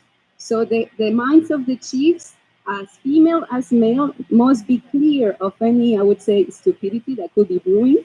So it will always be the role of the Asaregoas to fulfill that. So their role is kind of like, they are the ones that are going to cut what does not belong in the council, and the ones that are going to like admit what it has legal, legitimate order to be part of the council.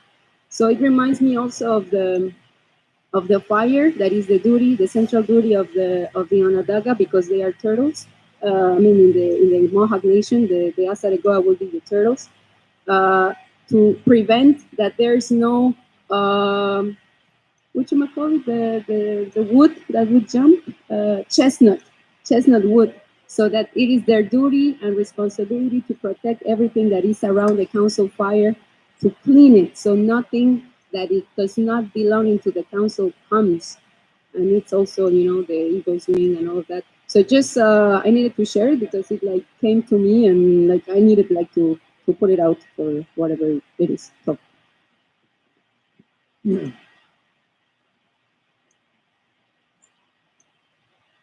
Okay, when you look back upon the creation story again, you know that it's not just what happened in the beginning, it's what continues to happen to us. And so you have heard of that, how we got here is through the 10,000 year journey of the corn. And so that identifies that we have traveled the same way that the land has traveled. And as the land has grown out of so called the salt pole, that the people have grown with the land. So that means that at one time we were those people, and then we were these people and these people, all the way throughout so-called South America, Central America, into here where we are now today. So yes, we are uh, descendants of part of our evolution, the same way that you are a descendant of you when you were 1 years old. You are a descendant of you when you were 10. That each of these times or parts of your evolution is you. And so the Mayan people is us. We are them. We are an extension of them. They were us before we were us. Just as I was me at 1 before I was me at 30. So that evolution. So you will see a complete similarity between all peoples, from as far south as you can go to as far north as you can go. We are all one people. It's like saying the skin on your body. Well, the skin on my knee is exclusive to being on my knee. It's not part of the rest of my skin. It's all part of the same skin connected to the same body. We are all one. And so the Mayan people, the Mapuche, every people, we are all one people. You will see uh, commonalities between each of those, what has come to be individual nations now. It's just like the same way that if you're watching the growth of a fetus in the womb of a mother, you see it come first from one cell, and then two cells, and three, and then four, and all until we get the body, the shape, the form that we are in today. But at the very beginnings, You don't even see a body. You just see an embryo. What does an embryo look like? Looks like a one-cell amoeba, basically. So in that one-cell amoeba, you know what's in there? Our eye bubbles, our noses, our tongues, our teeth, our hearts, our kidneys, everything is in that one-celled amoeba. And it's also in those two cells, in the 4, in the 8, in the 16, in the 32, and so on and so on. So, but you do not see kidneys until you don't see kidneys in the one cell.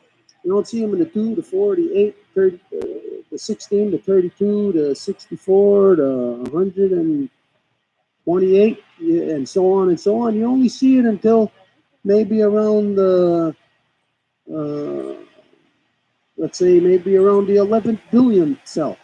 And then you'll see a kidney. But it doesn't mean it's not there in the first cell.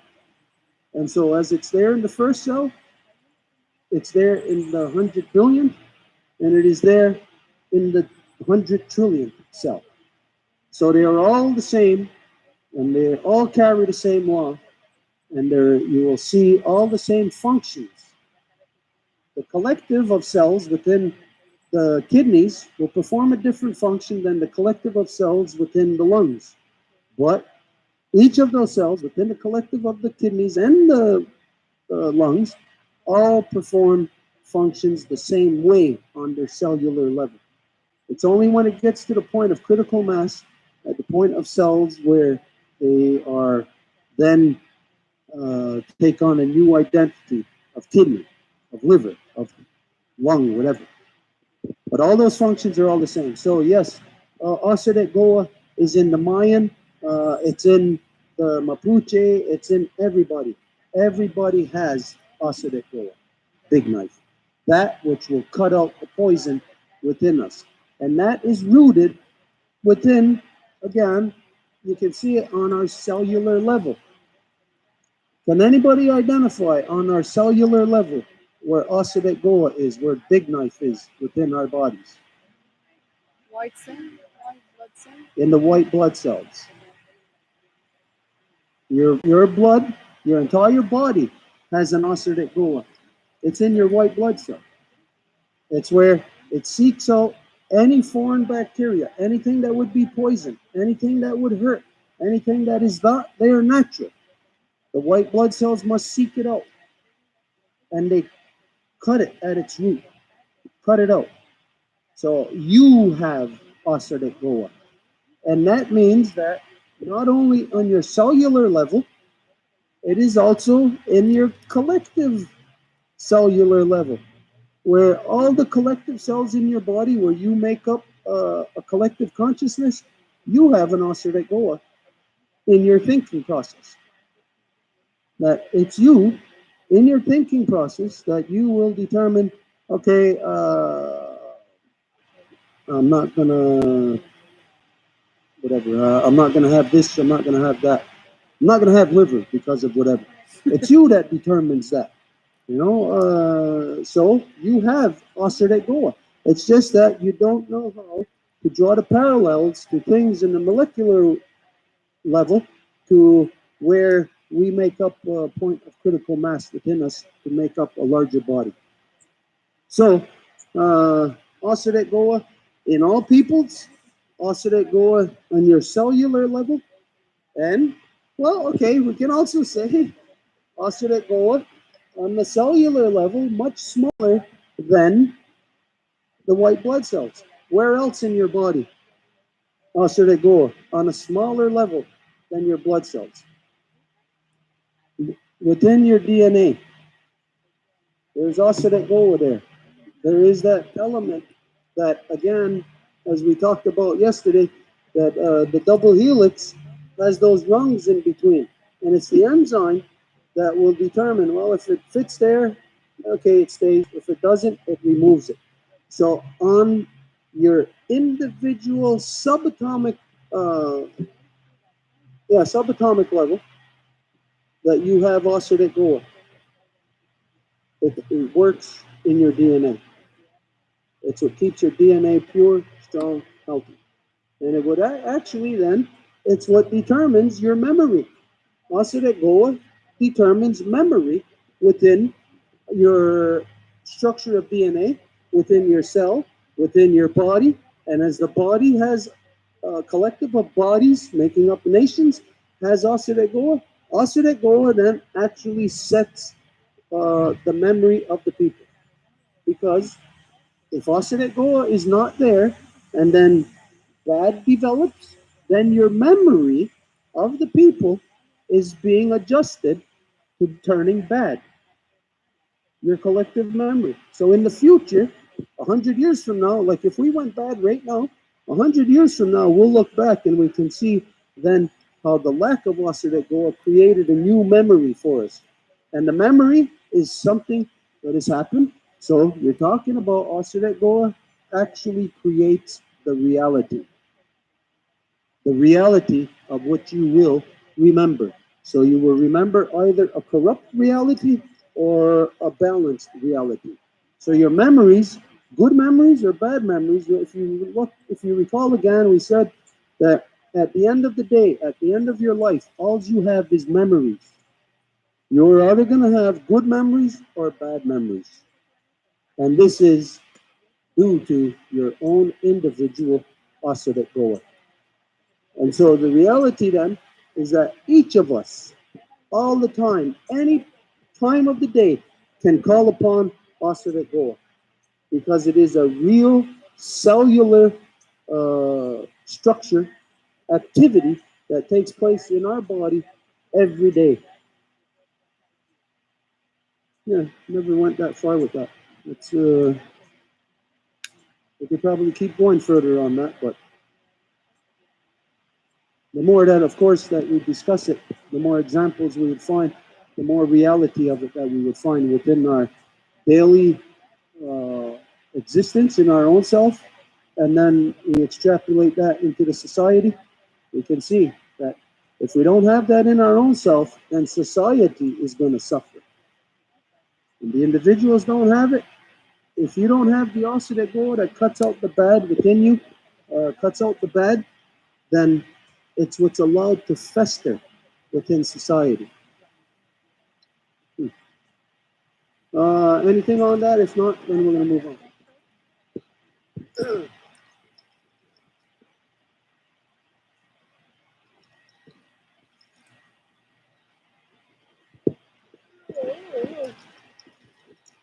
So I just wanted to know if us women rising for this women's nation, will we have to select a war chief?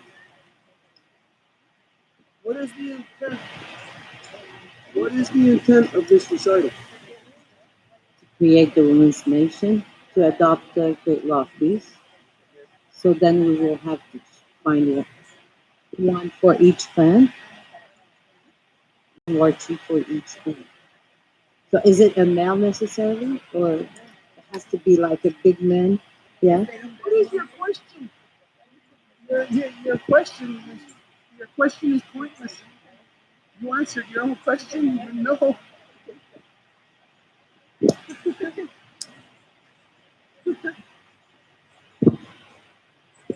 Like we said before, your voice is your power. Do not waste your power. And do not allow your power to become trivialized. Don't allow yourself to say things that are unnecessary.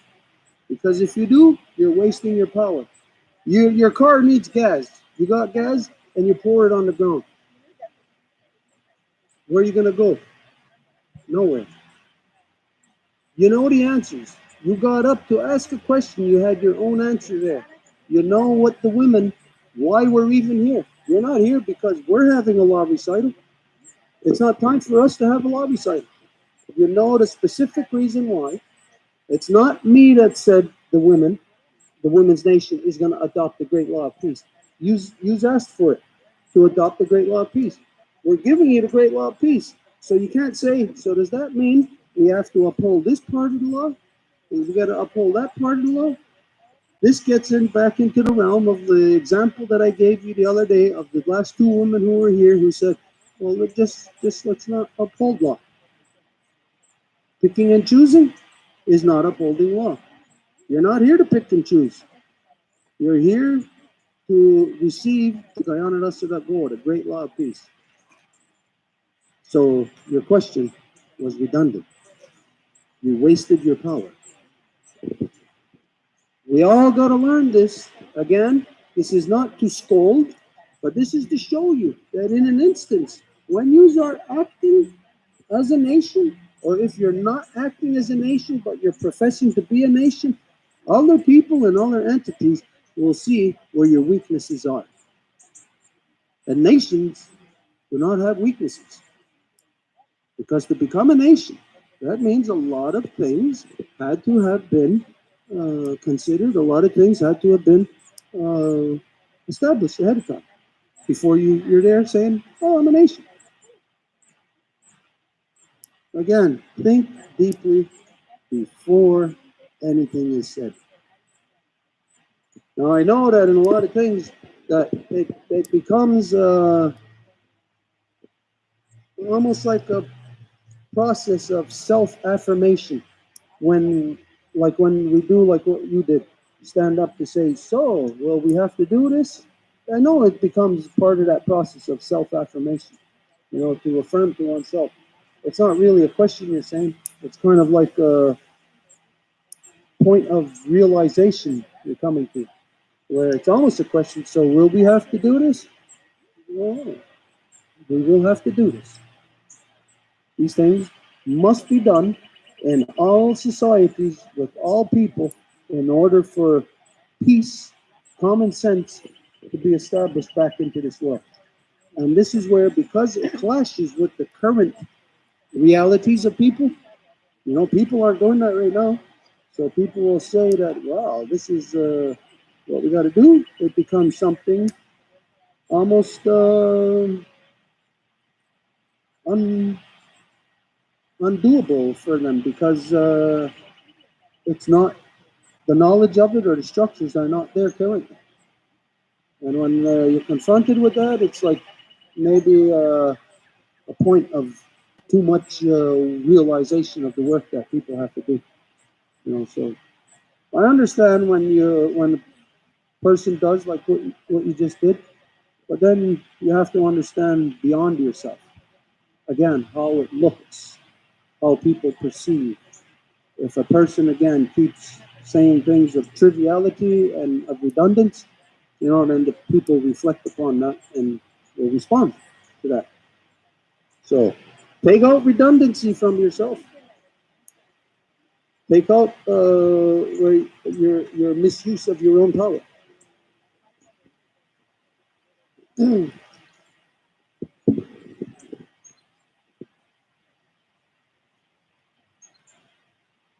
Okay, so 37, wampum 37. When a war chief dies, another shall be installed by the same right as that by which a chief is installed. Same thing.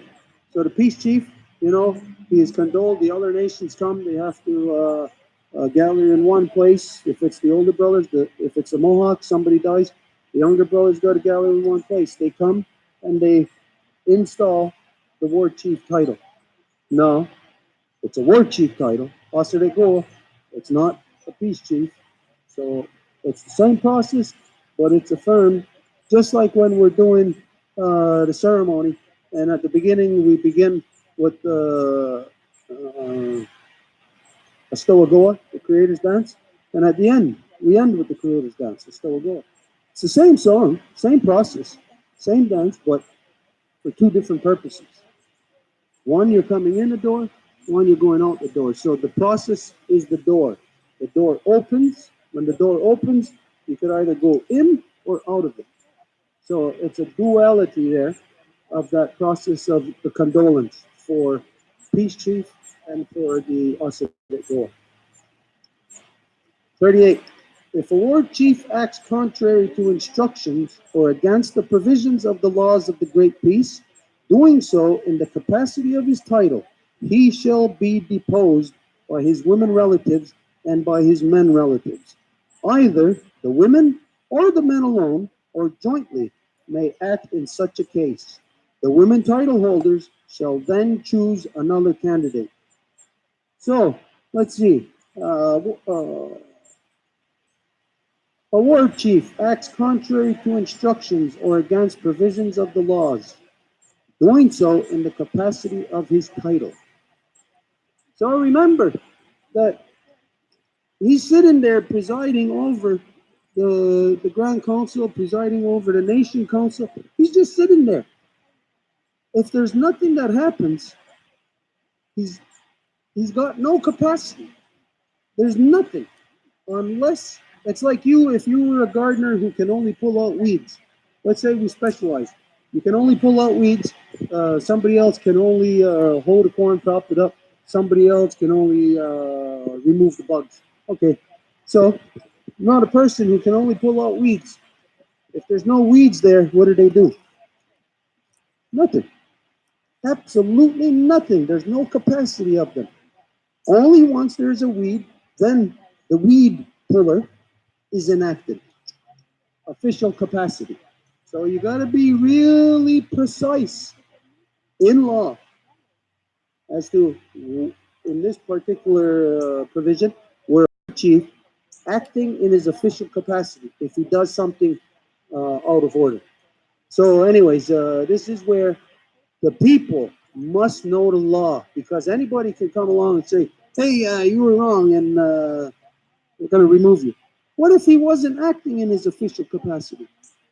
What if it wasn't in council? What if it's something else that he'd done outside of that that could constitute a correction, but not a removal? If the person is in official capacity and he stands up in council and walks over to somebody who's holding a chief and then starts to chide them, that means that person is overruling and overpowering the great peace, and he is to be removed immediately. So the people must know the law. Contrary to, like, again, in the what's there today in the so-called societies, the people know absolutely nothing about law. You know nothing about it. So you got no clue when your politicians are breaking law, when they are actually compromising you, like in the so-called United States with Donald Trump. He compromised every person in the so-called United States to their perceived enemies of Russia. Now, this is, of course, what is controlled or fed to the people, the amount of knowledge or information. But based on the knowledge and information that is there, you can see that this person, Donald Trump, compromised you to another power, or compromised the people to another power. No, it's not that they were all find themselves on their knees in the handcuffs with Russian soldiers standing there with guns to their heads. They're not compromised that way. But the society, the well-being, even the peace of mind is not there, because if you have in the collective of society, the people, where some of them believe that we have been compromised, doesn't matter if they have actually been compromised or not. Like we said before, if the perception of corruption is there, even if there is no corruption, just the perception means there is corruption. If you cannot provide the political process, then your political is corrupt. It is a dictatorship. It's a monarchy. It's a kingship or whatever. It's a male dominant corruption. Okay, nothing on this. We'll continue. Messengers and runners. So 1.39. When the chiefs of the great peace take occasion to dispatch a messenger on behalf of the council, they shall wrap up any matter they may send and instruct the messenger to remember his errand, to turn not aside, but to proceed faithfully to his destination and deliver his message according to every instruction. Now, as you hear, they shall wrap up the matter. Well, they'll give a bundle. You see all the stuff that we got here? This stuff means nothing. These things carry no power. The way that I put it here, the way that I arrange these things, is the way that I done it to remind me of things. It reminds me of order. Not only of order, it reminds me of the way that I put it in place. It reminds me of the creation story, the order of the creation story, where the twins came in. It reminds me, as the way that I place it, that when Sky Woman came into the came into being, that she was brought down softly on the wings of the messengers of the Creator, and that she landed softly on the turtle's back. And on the turtle's back, there are the twins, and it was the twins that carried out all the work to create all the things, which is the bowl game here.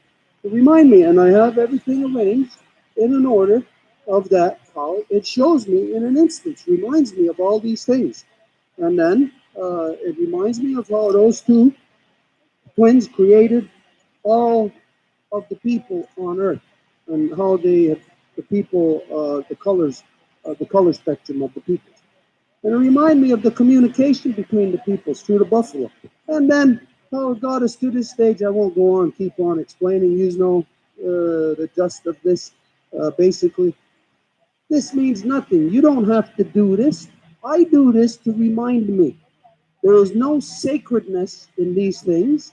It is not a temple. It is not a shrine. It is not to give thanks to anything or anything like that.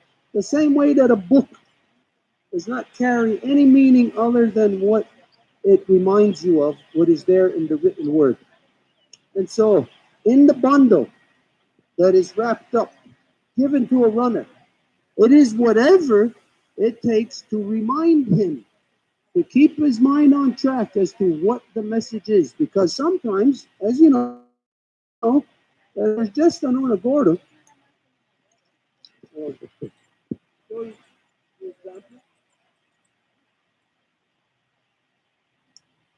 Okay, if there's just this Gordo, and you put the message in there, then, and messages are not quite simple. Okay, here's the message, 1 and 1 equals 2. It's not as simple as that, messages. Messages are complex. There's a lot of words, a lot of things to it. So, can I remember all those words with this? Yeah, maybe, and maybe not. But if there's some things that will remind me of those words, then I will wrap it together in a bundle. And it will be, maybe I'm going to take the peach pits with me along with this Onagordo. I will use the Onagordo as the official thing that the receiver of the message must have its interaction with. But these other things, if I bring the peach pits with me, they don't respond to that. They don't hold it in their hand and repeat the message. No, it is only the messenger that carries that bundle that will make him remember. So there is no officiality or any kind of sacredness into that. Over the generations, somebody may have kept something that they were a runner on 100 years ago and pass it on to their family, and then their family hold it with some kind of great reverence, some kind of like as if there's power in it. No, there isn't. There's only power in the people.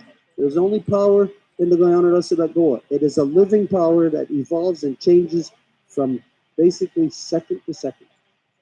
And it will adjust based on your circumstances of urgency.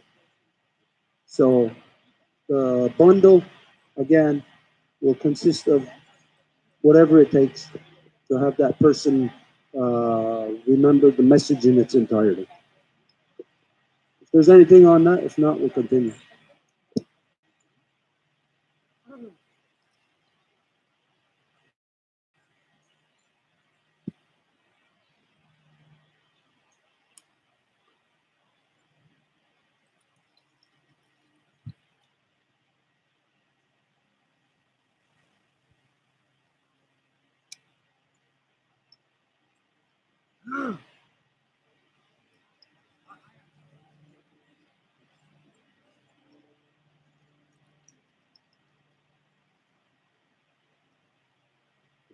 My name is Stone. I'm under the protection of the Rudisco Renegade Bear Clan here at the Ganaseste, the Longhouse.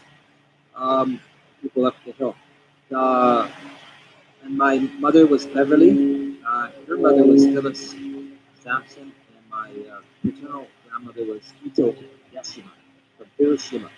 I just want to confirm what Rio said that the bundle, I mean, it's a reminder. It helps a person's memory. It helps a person's uh, thinking. That's why I think it's always important to say to ourselves, don't shoot the messenger.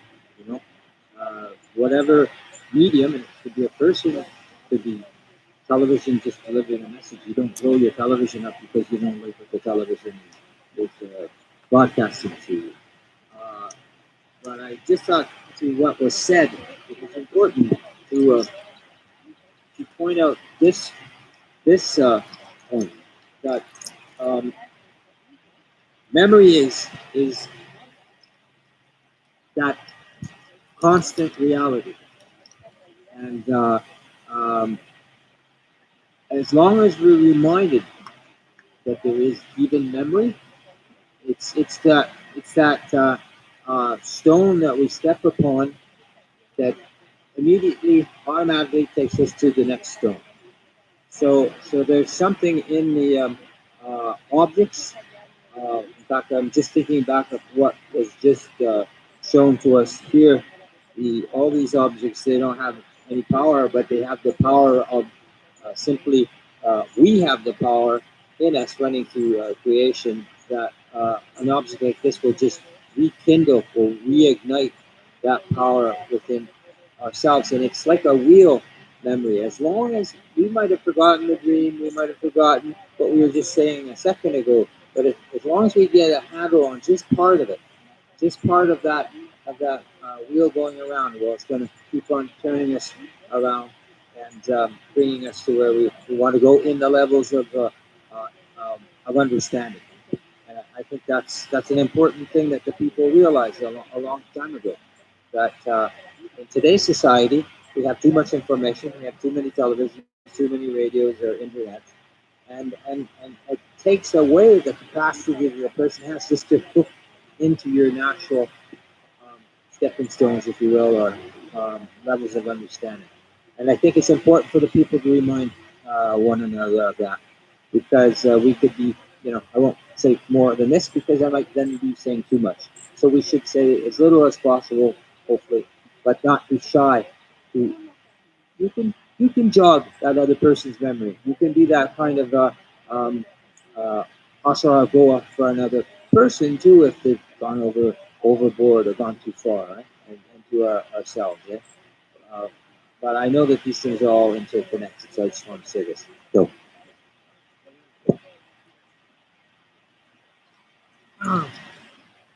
This is why what he just said. This is why that a runner sometimes they will be dispatched by themselves. Most of the time they will be gone out with another person who is would be considered the sub runner, who does not carry the authority to carry the message, but is there as a person to do exactly what someone just identified, to remind. Sometimes even you got your whole bundle, and it might remind you of some things, but the message maybe might get a little bit tweaked, as you know how the grapevine works. If we started here, that I broke my finger, by the time it gets over there, at the end of the day, the person's dead from a broken finger. You know how the grapevine works.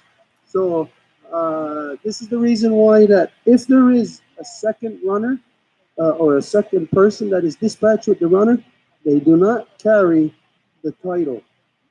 It's official capacity of runner. They do not carry that.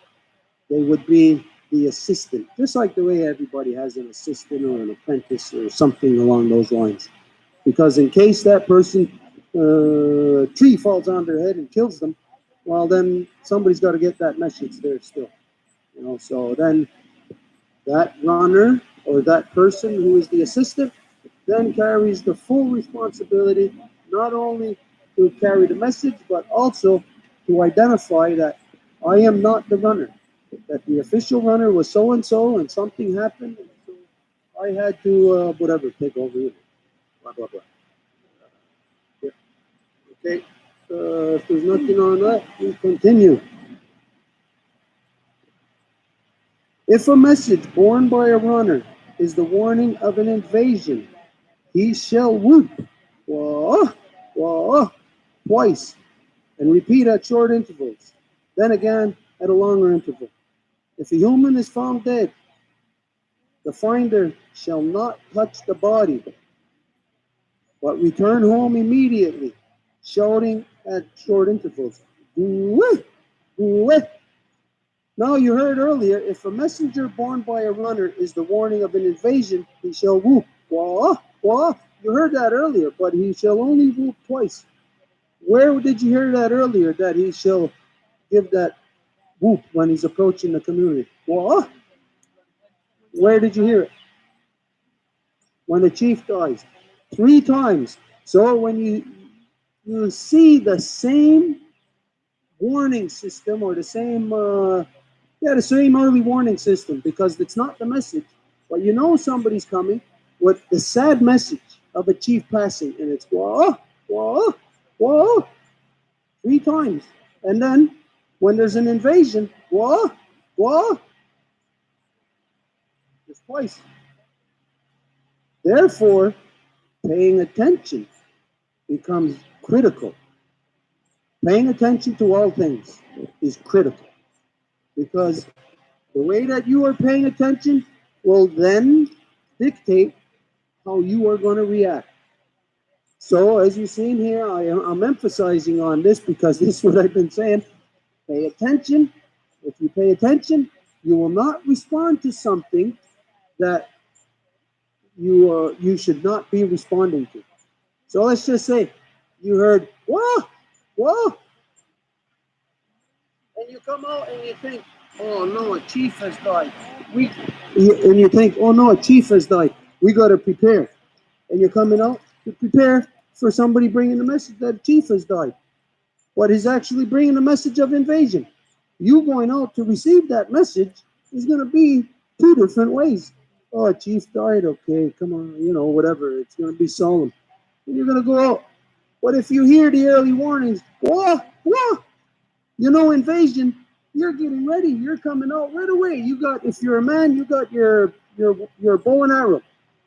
If you're a woman, right away you're preparing for whatever women would prepare for, knowing that their men have to go to defend themselves. Paying attention is crucial. Okay, we're going into 1.41 now. And this is clans and consanguinity. Its rights and powers, the authority of the women affirmed, because the clans are the women. So, among the 5 nations and their posterity, there shall be the following clans: Wolf, the great name bearer, ancient name bearer, great bear, turtle, snipe, painted turtle, standing rock, large plover, deer, pigeon, hawk, eel, ball, opposite side of the hand, wild potatoes. These clans distributed through their respective nations shall be the sole title holders of the soil of Turtle Island, and in them is vested the birthright. So all these clans and whatever, I am not of the other nations, so I am not going to tell you what their clans are. They will tell you what their clans are. I will tell you what our clans are. There are a lot of things and a lot of ways that exist solely within the Onondagas or the Senecas or the Oneidas, the Cayugas, and a lot of things that exist solely within the Ganyangahaga. Now, I will tell you of the Ganyangahaga. I will not tell you of the others. That is them, their power, they will tell you. But here, the clans of the Ganyangahaga are simple. They are 3: turtle, wolf, and bear. And in each of those, there are 3 turtles, 3 wolves, and 3 bears. So there are basically 9 clans within the Ganyangahaga Nation. And this is solely the power of the women to pass these clans. They belong to the women. The men do not carry the clans like to be able to pass it on. I cannot pass my clan on to my children because I am not a mother. So only the mothers carry the clans. Only the mothers can pass the clans from generation to generation. So that you know, anybody, such as the example I give, my sons are the only people, they are the only people in the entire Five Nations who don't carry a clan and who identify themselves as Bear Clan hung about the neck. Everybody else who do not carry a clan identifies themselves as Bear Clan, which, of course, they are not. My sons say hung about the neck because that identifies something. If you hear somebody say hung about the neck, what does that identify to you? Anybody?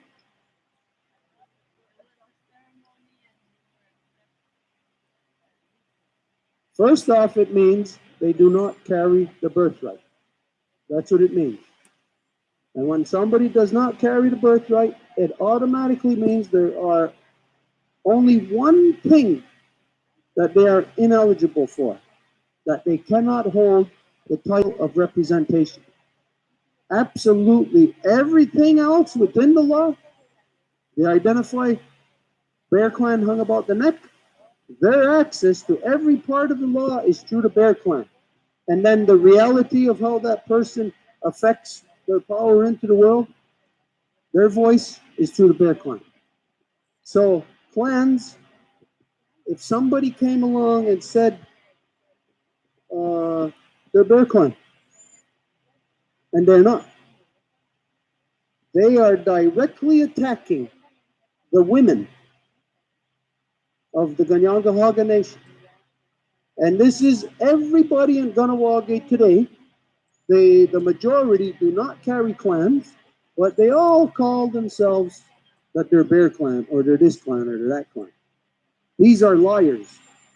And liars, when they lie about the clan, they are misleading you, they're misleading the people, but most of all, they are misrepresenting the women. They are lying against the women. They are destroying the women's power. Okay, any question on that? That's pretty simple. Okay, wampum 42. All people of the Five Nations, members of a certain clan, shall recognize every member of the clan, irrespective of the nation, as relatives. Men and women, therefore, members of the same clan, are forbidden to marry, even if from another nation and not related by blood. So, as you know, it identifies it. You've heard this many times that if I went into Onondaga territory or wherever, if I went into Oneida territory and there's a wolf clan, I cannot be with her because she is my sister.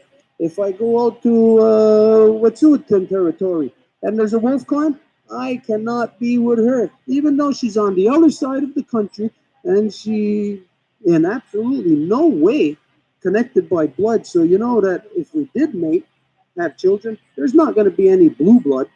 You know, it's not going to break down the bloods. You know, like in Europe with the so-called royal families, a bunch of blue bloods thins out the blood, makes the people stupid, gives them diseases, and actually gives them brain diseases. You know, so it doesn't matter. She's on the other side of the country. She's a wolf clan. She is my sister. I cannot be with her. And it's like this for all our people. So if I go into my territory and there is somebody who's that role of wolf clan, I cannot be with her. I don't care how beautiful she is. She could be the most beautiful woman I ever seen. My jaw would drop to the floor, and I just be, what? You know, can't be with her. It's not a possibility. Okay.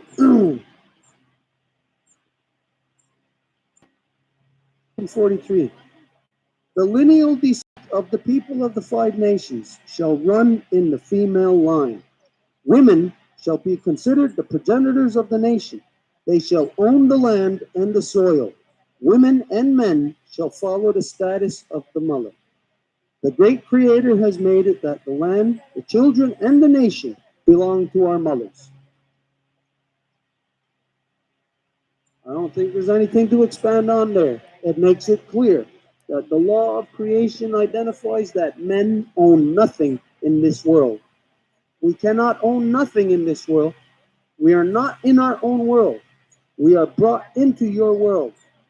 So the role of the men, again, is to come into order and compliance with the fact of that we are life protectors. We own nothing to protect. What is it we are protecting?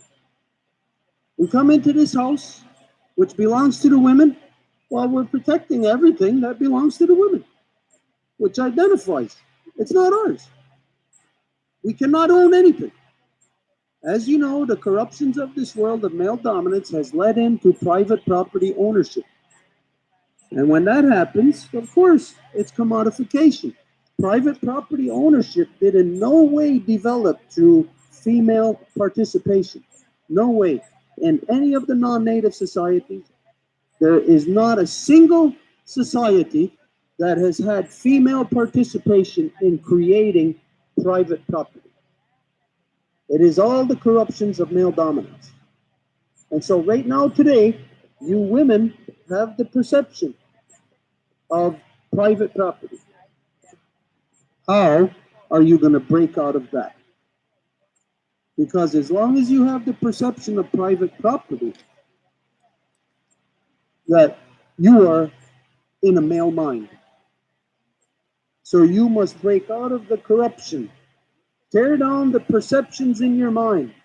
Scrap them. And again, they are rooted in false, man-made, male-dominant, corrupted, warmongering religions. And so you get rid of that, and you will have your mind free to know and to work and to live within non-private property ownership. You will be in the collective, where the women own, and the women have the say, where the women's voice is what will determine what will happen to and upon the land.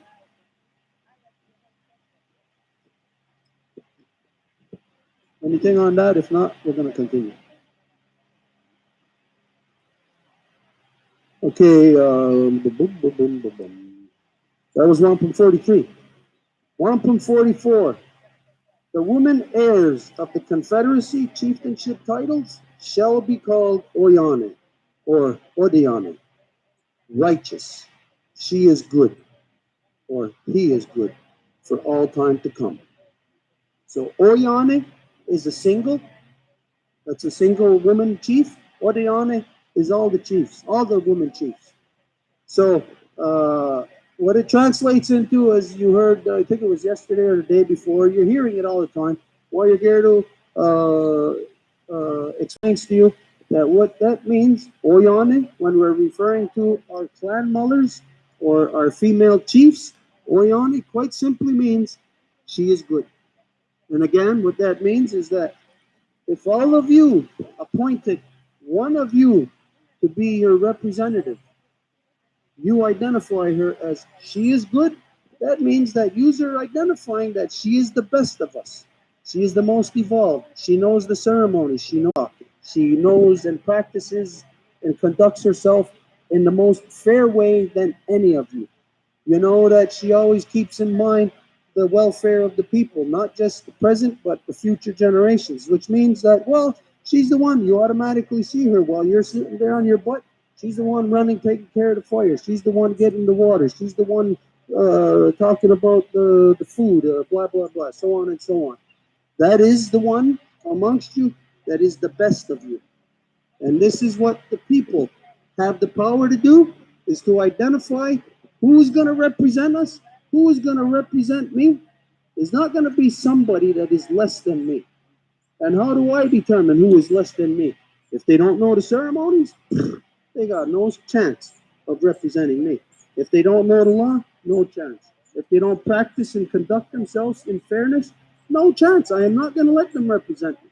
And knowing also that the Guyana Recital identifies sound body, sound mind, if there is going to be somebody who is purely out of their own laziness, purely out of their own laziness, too lazy to do anything, meaning that physically they are unfit. If we are in a position of having to stay alive and having to struggle for our lives, somebody who is unfit is going to jeopardize us. And so I am not going to allow somebody who can jeopardize us to represent me. It will be the best of us that is going to represent. That's what will guarantee human evolution, not devolution. Okay, so if there's nothing on that, we'll continue.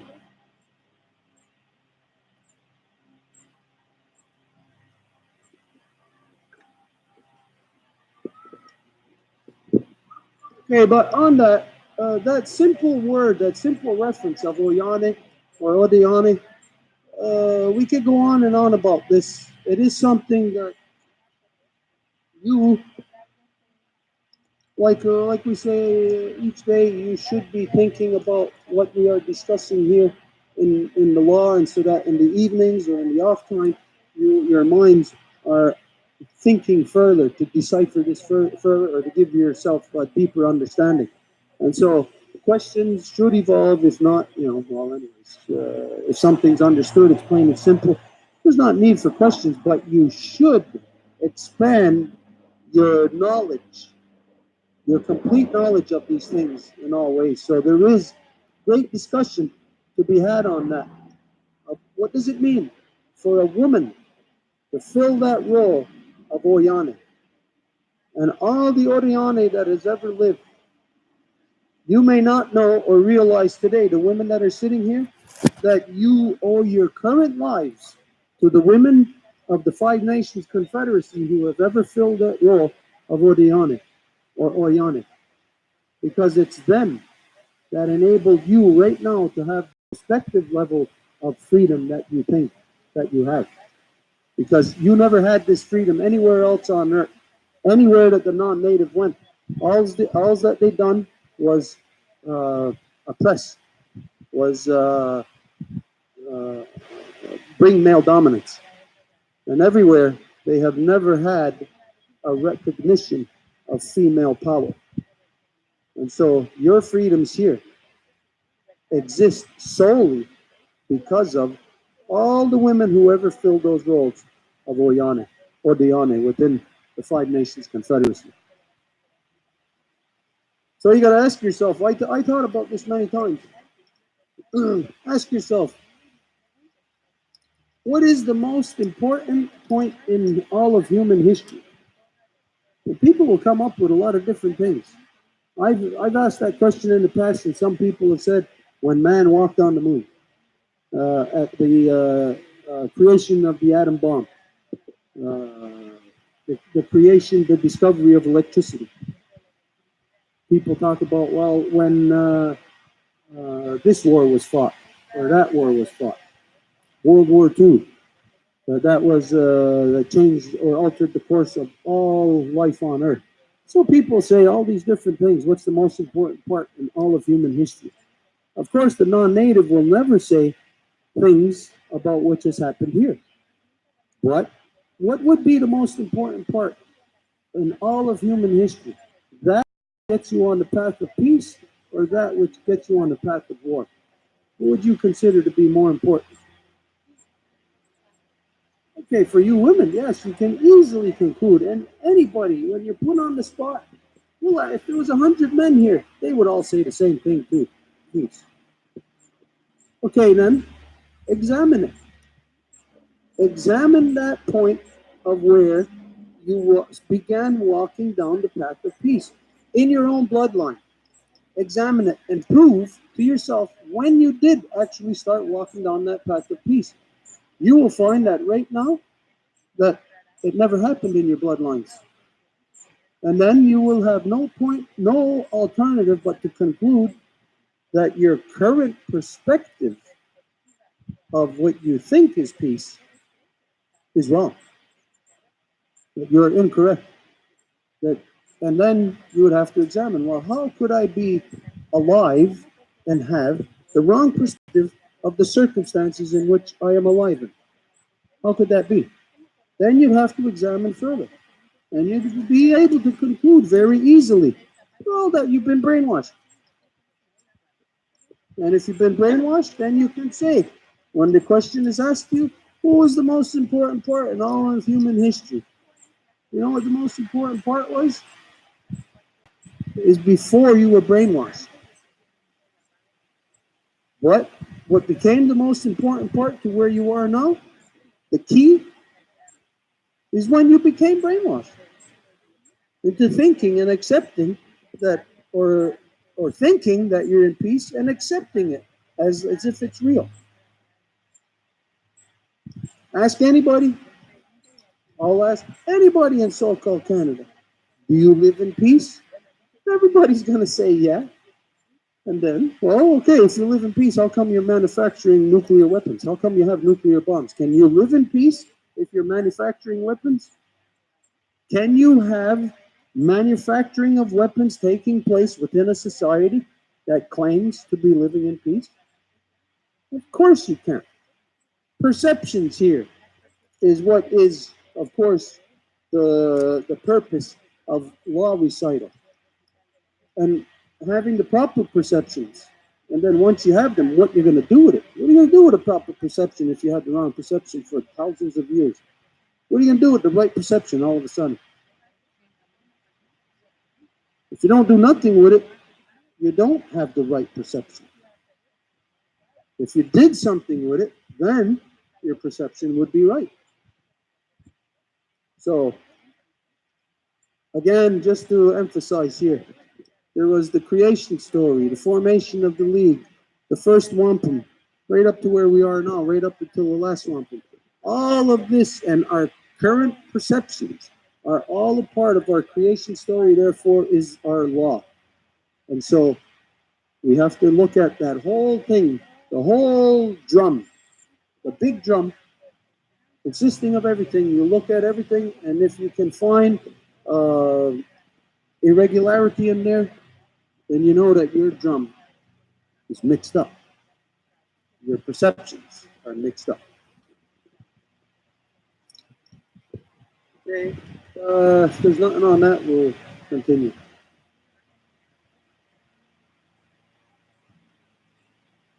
Okay, wampum 45. Where we're at, 45? Yep. Okay, wampum 45. The women of the 48 Ayane families shall be the heirs of the authorized names, titles, for all time to come.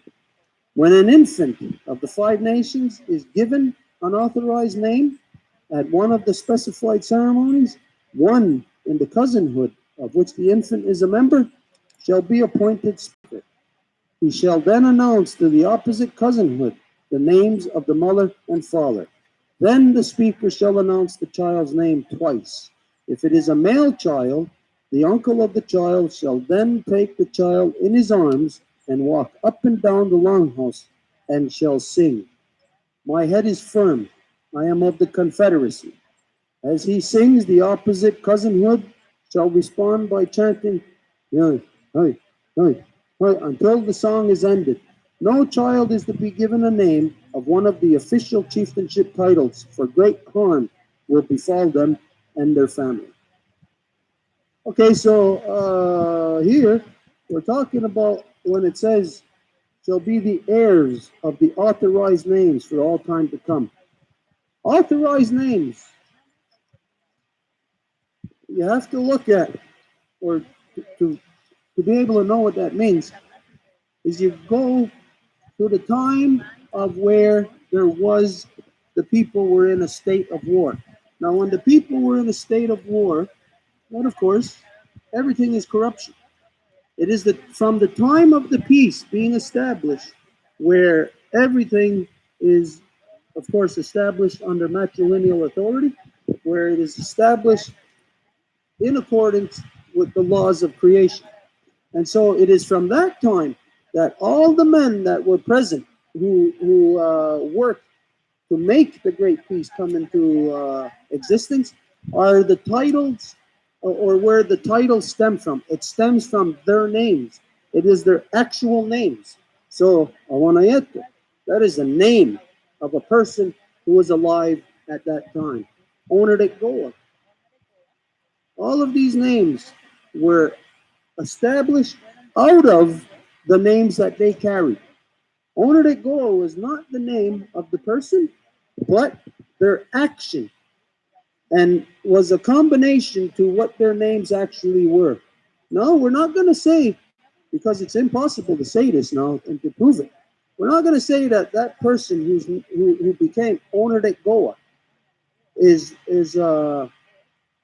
his name before was not Onerdekgoa, but knowing that Onerdekgoa is in direct reference to the great white pine, with knowing that it's the shelter of the people for the great peace, that with the furthest reaching branches. So his name, which after the great peace was established, Onerdekgoa, is rooted in what his name was prior. So his name may have been something to do with that tree. His name may have been something to do with working or protecting the people. Because, whatever, I would still, if I'm at war, my name, whatever my name is, and then I come into peace, you still have to be able to reference to me, but now in the capacity of that I'm no longer war. Now I am peace. So the names were, the chieftainship title names are a culmination of the person and their actions to bring us into peace. So Onerdekgoa, again, was not, if if this here, this line is where the Great Peace was established. If on this side he's Onerdekgoa, over here it was not Onerdekgoa, but it was Onerdekgoa was derived from what his name was over here. So this means that these authorized names are the title names, but authorized names are also from the people. So today there are names that are over 2,000 years old that stem from the original people who also worked and toiled to establish the Great Peace. So there are authorized names that exist still today that are thousands of years old, and those are held by within those clans. Okay, what? Coming from where we are at now, with the Women's Nation. Now, this is something that is going to take a lot of reflection upon and a lot of deliberation. So, are the representatives of the Women's Nation, after you've established it, are their names going to be Mary Code? Is it going to be Angel? Is it going to be Celine of the titles? No, because that's who you were prior to this. But it will be derived from that to identify what you have become. And so there must be very great in-depth thought on this. A lot of discussion, and yeah, a lot of discussion to be able to determine what are those title names going to be. Because as you are adopting the Constitution of the Great Peace, you have the same structures in place. You are not going to use our names because you can't. You're going to have your own names. No, if it's going to be Aloysius or Juniper, it doesn't really matter. It's what the people will determine, and of course, it cannot mean or it cannot be something that is not pertinent to the reality of the process that you are in. Okay, so if there's nothing further on that, we will continue. Where did I go? I read 46. Oh yeah, okay. Oh, okay. Got to expand a little bit further on that of the naming. Okay, where it said when an infant of the five nations is given an authorized name at one of the specified ceremonies. Okay, where could a name be installed upon a child? Anybody know? There are only 3 times a year, and this is because of the 3 clans. So those 3 times of the year that is divided into 3, actually carries with it the different trait of those different clans. Turtle, wolf, and bear. Now, right here, right now, I am not going to say what time of year carries that specific trait, because with this also, you have to have a deep understanding and a very deep knowledge of to be able to identify. But we can go to the creation story, and we can easily identify. In the creation story, which was the first element? The turtle. Okay, so where in our cycle, or where does our cycle begin? When? Midwinter. What? Midwinter. Midwinter. Part there, or that part of the year, is with the turtle. It can't be with the bear, right? Because the bear is sleeping. The bear that time of year. Okay, then. You know the turtle is there. What is the second element in the creation story? The wolf. So then, and we're looking at and dividing the year. Well, winter is pretty cut and dry. We know what that is. What's the second part of the year? When it's coming to life. The spring. That's when it starts. So any of the babies that are born within that time, if they are named within the the wolf clan, the wolf part of the year. Now that could mean turtles and bears. You're just identifying that the different parts of the cycle is exclusively associated with turtle, wolf, and bear. Bear is the third one. What is the bear within creation? What does the bear identify within our nation? Medicine. Medicine. What are the medicines? All things in creation, right? And so this is why then you can have the namings at the time of the turtle, which is the midwinter, or the time of the wolf, which is at the strawberry, or the time of the harvest, which is the bear, because the harvest is where all of those medicines are. And so we can see that there are, as all things grew from turtle, wolf, and bear, again, what you know as protons, neutrons, and electrons, as all things are made up of that, all things are made up of turtle, wolf, and bear. And then all things made within those cycles carry those traits of those things. As you know, you yourselves, everything is made up of those protons, neutrons, and electrons. But like we said, what does that mean to you?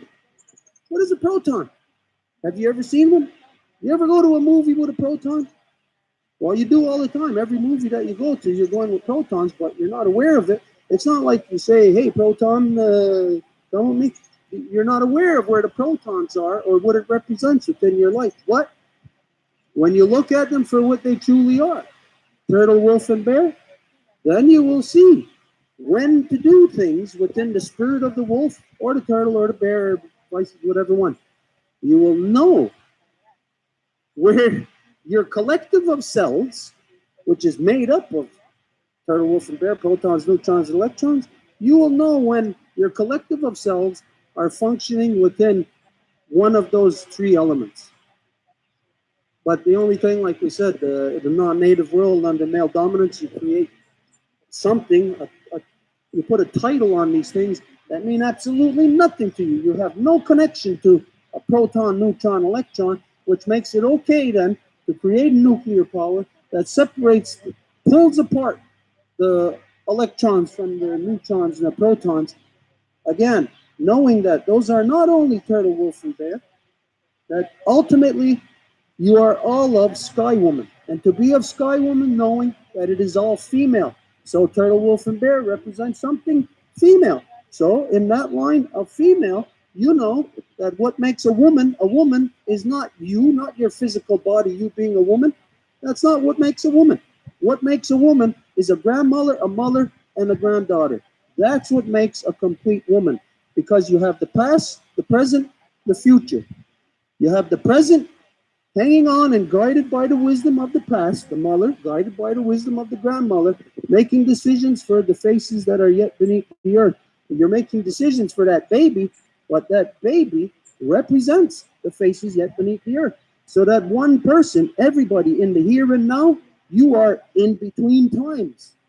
And as we identified to you, these things, like the nations, what is most important is what you cannot see, is what is in between them, what binds them together. The most important things on the level of proton, neutron, electron, turtle, wolf, and bear, is not necessarily them.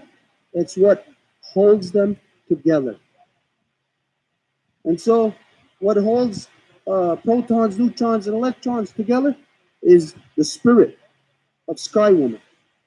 And so when you break apart protons, neutrons, and electrons, you're breaking her spirit. You're tearing the granddaughter out of the arms of the mother, out of the hands and guidance of the wisdom of the grandmother.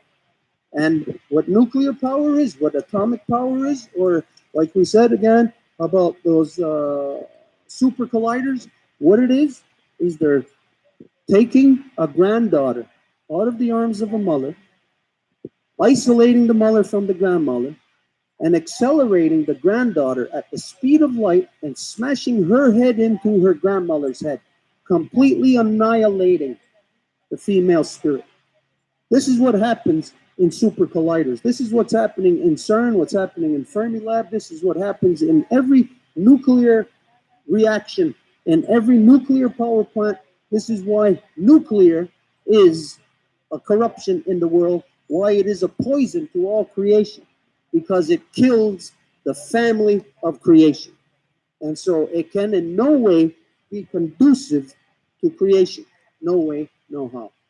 But in this world, you don't know it because of the male dominant garbage that has been placed in your head called education. You have been not educated, you have been de-educated to have that knowledge of what protons, neutrons, and electrons actually are within your own body.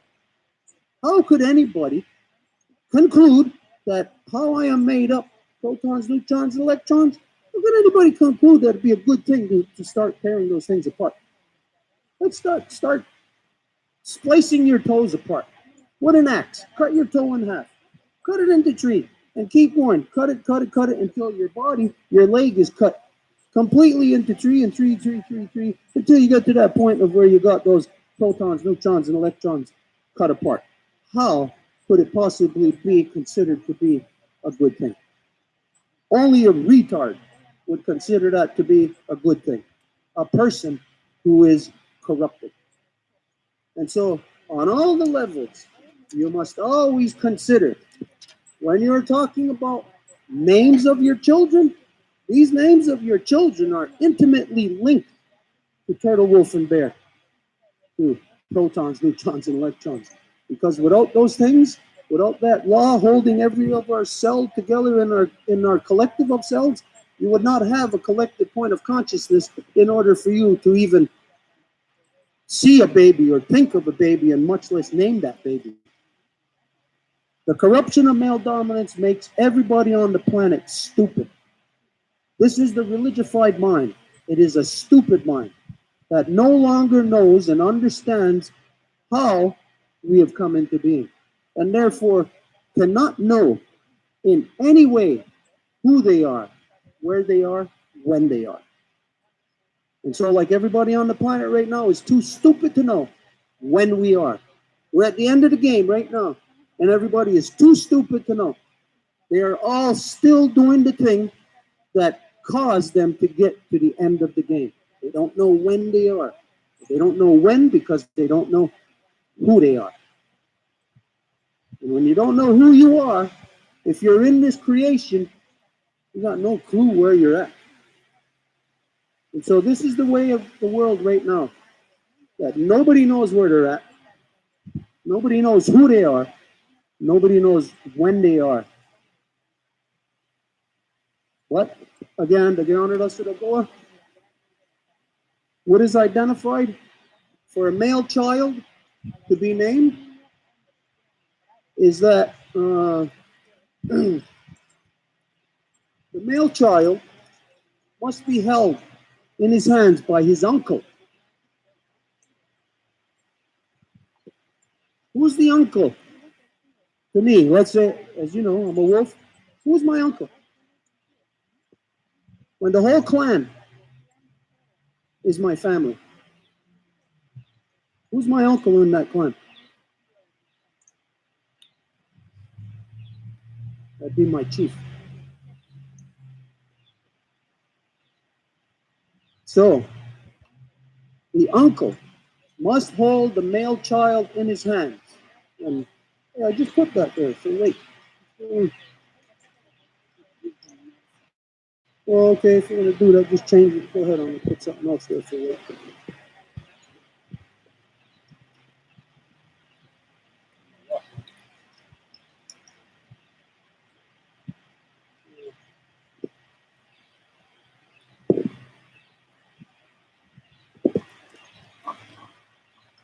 So the uncle, the chief, must hold that baby in his hands and walk up and down the longhouse and shout his name to creation. Sing his name.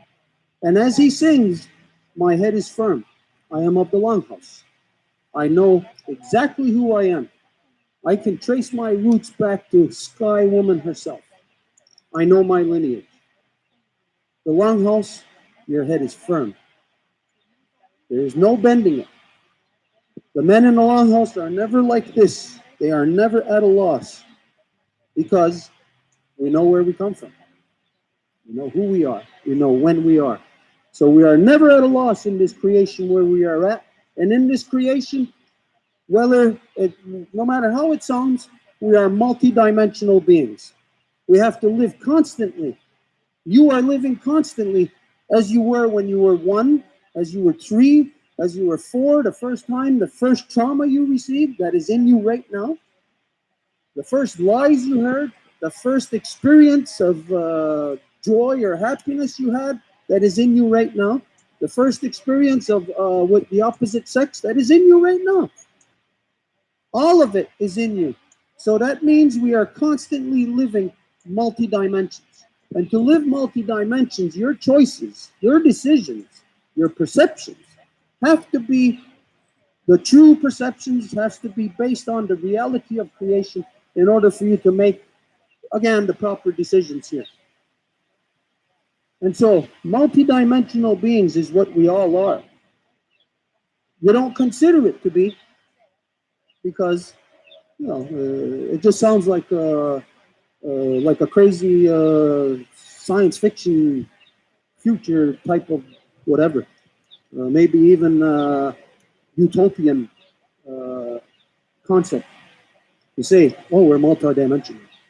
Well, you can prove, everybody can prove you're multidimensional. Again, you know that you have that those protons, neutrons, and electrons within you. Show me one. Can any of you show us a proton? You know they're in you. You know it's in the realm of the very small. You know that within those things, you know that on the level of your DNA structure, your double helix, that's a reality that is going on in your body every day. How many of you are aware of the enzymes that are actually at work in that with the double helix? None of you. You never see it. You don't know it. You don't think of it. But that's happening on the realm of the very small, in my knee right now. And it's happening on the scale of my collective cells where it's causing the skin to fall off my feet right now to replenish. We're multidimensional. Decisions have to be made for every dimension, every second of the day, even the food that we eat. That's a multidimensional decision. Our brains have become numb because of the false, man-made, male-dominant religified mind, which is forced upon the people, which automatically, which is synonymous with war. Because to be male dominant or even female dominant means you are canceling out the other. And to cancel out the other is war. So we're multi-dimensional war every day, everybody, because of religification. You're war on multi-dimensions, on every dimension we live. And again, to prove that, those dimensions that you're living right now, those memories you got, let's go back to when you were 7 years old in grade, well, wait, no, let's go to 8 or 9 years old when you were in grade 3 or 4. What you don't know is in your memory about war, what you were doing, is that when you were in grade 3 or 4, you were forced to sell poppies to remember World War I. Something that happened way before your time. Did you ever sell poppies for World War I? Remembrance Day? Did you ever have involved in the celebration Remembrance Day for World War I? Okay, whether you're selling poppies or not, there you are living in a multi-dimension reality of when you were 6 or 7 or 8, remembering war. And when you're remembering war as a kid, you can't possibly remember war. It's injected into your brain. Adults inject that into your brain. And so, therefore, the corruption of the multi dimensions you have to live on is not corrupted by you, it's corrupted by the religified mind that started those wars, because all wars are fought by God. All wars are fought in the name of God against that other God. And so, it is that corruption of male dominance that injects the stupidity, the corruption on all the dimensions we live on, has corrupted us. And beyond, more than that. Okay, nothing on that. We're going to continue. Okay, where were we? 46. Okay, 47. No, we are at 46. Okay, 46. Wait a minute, let me see if I covered all of that first. Okay, the woman, the female child to be named, she does not have to be walked up and down the longhouse and her name shouted to creation. She doesn't have to do that because this is her creation. It is only the males that this is done to because we are born into your creation, born into your house. The young girls that are born, they are the house. It's their house that we are welcomed into. Oh, the battery's dying. What time is it? Is it lunchtime? Lunchtime. Okay, we're going to have recharge this. Okay, so we're breaking. Which wampum we starting back? 46. We just finished 45. We'll come back at 46. Okay, so we're going to break for lunch. Oh. This has to be charged.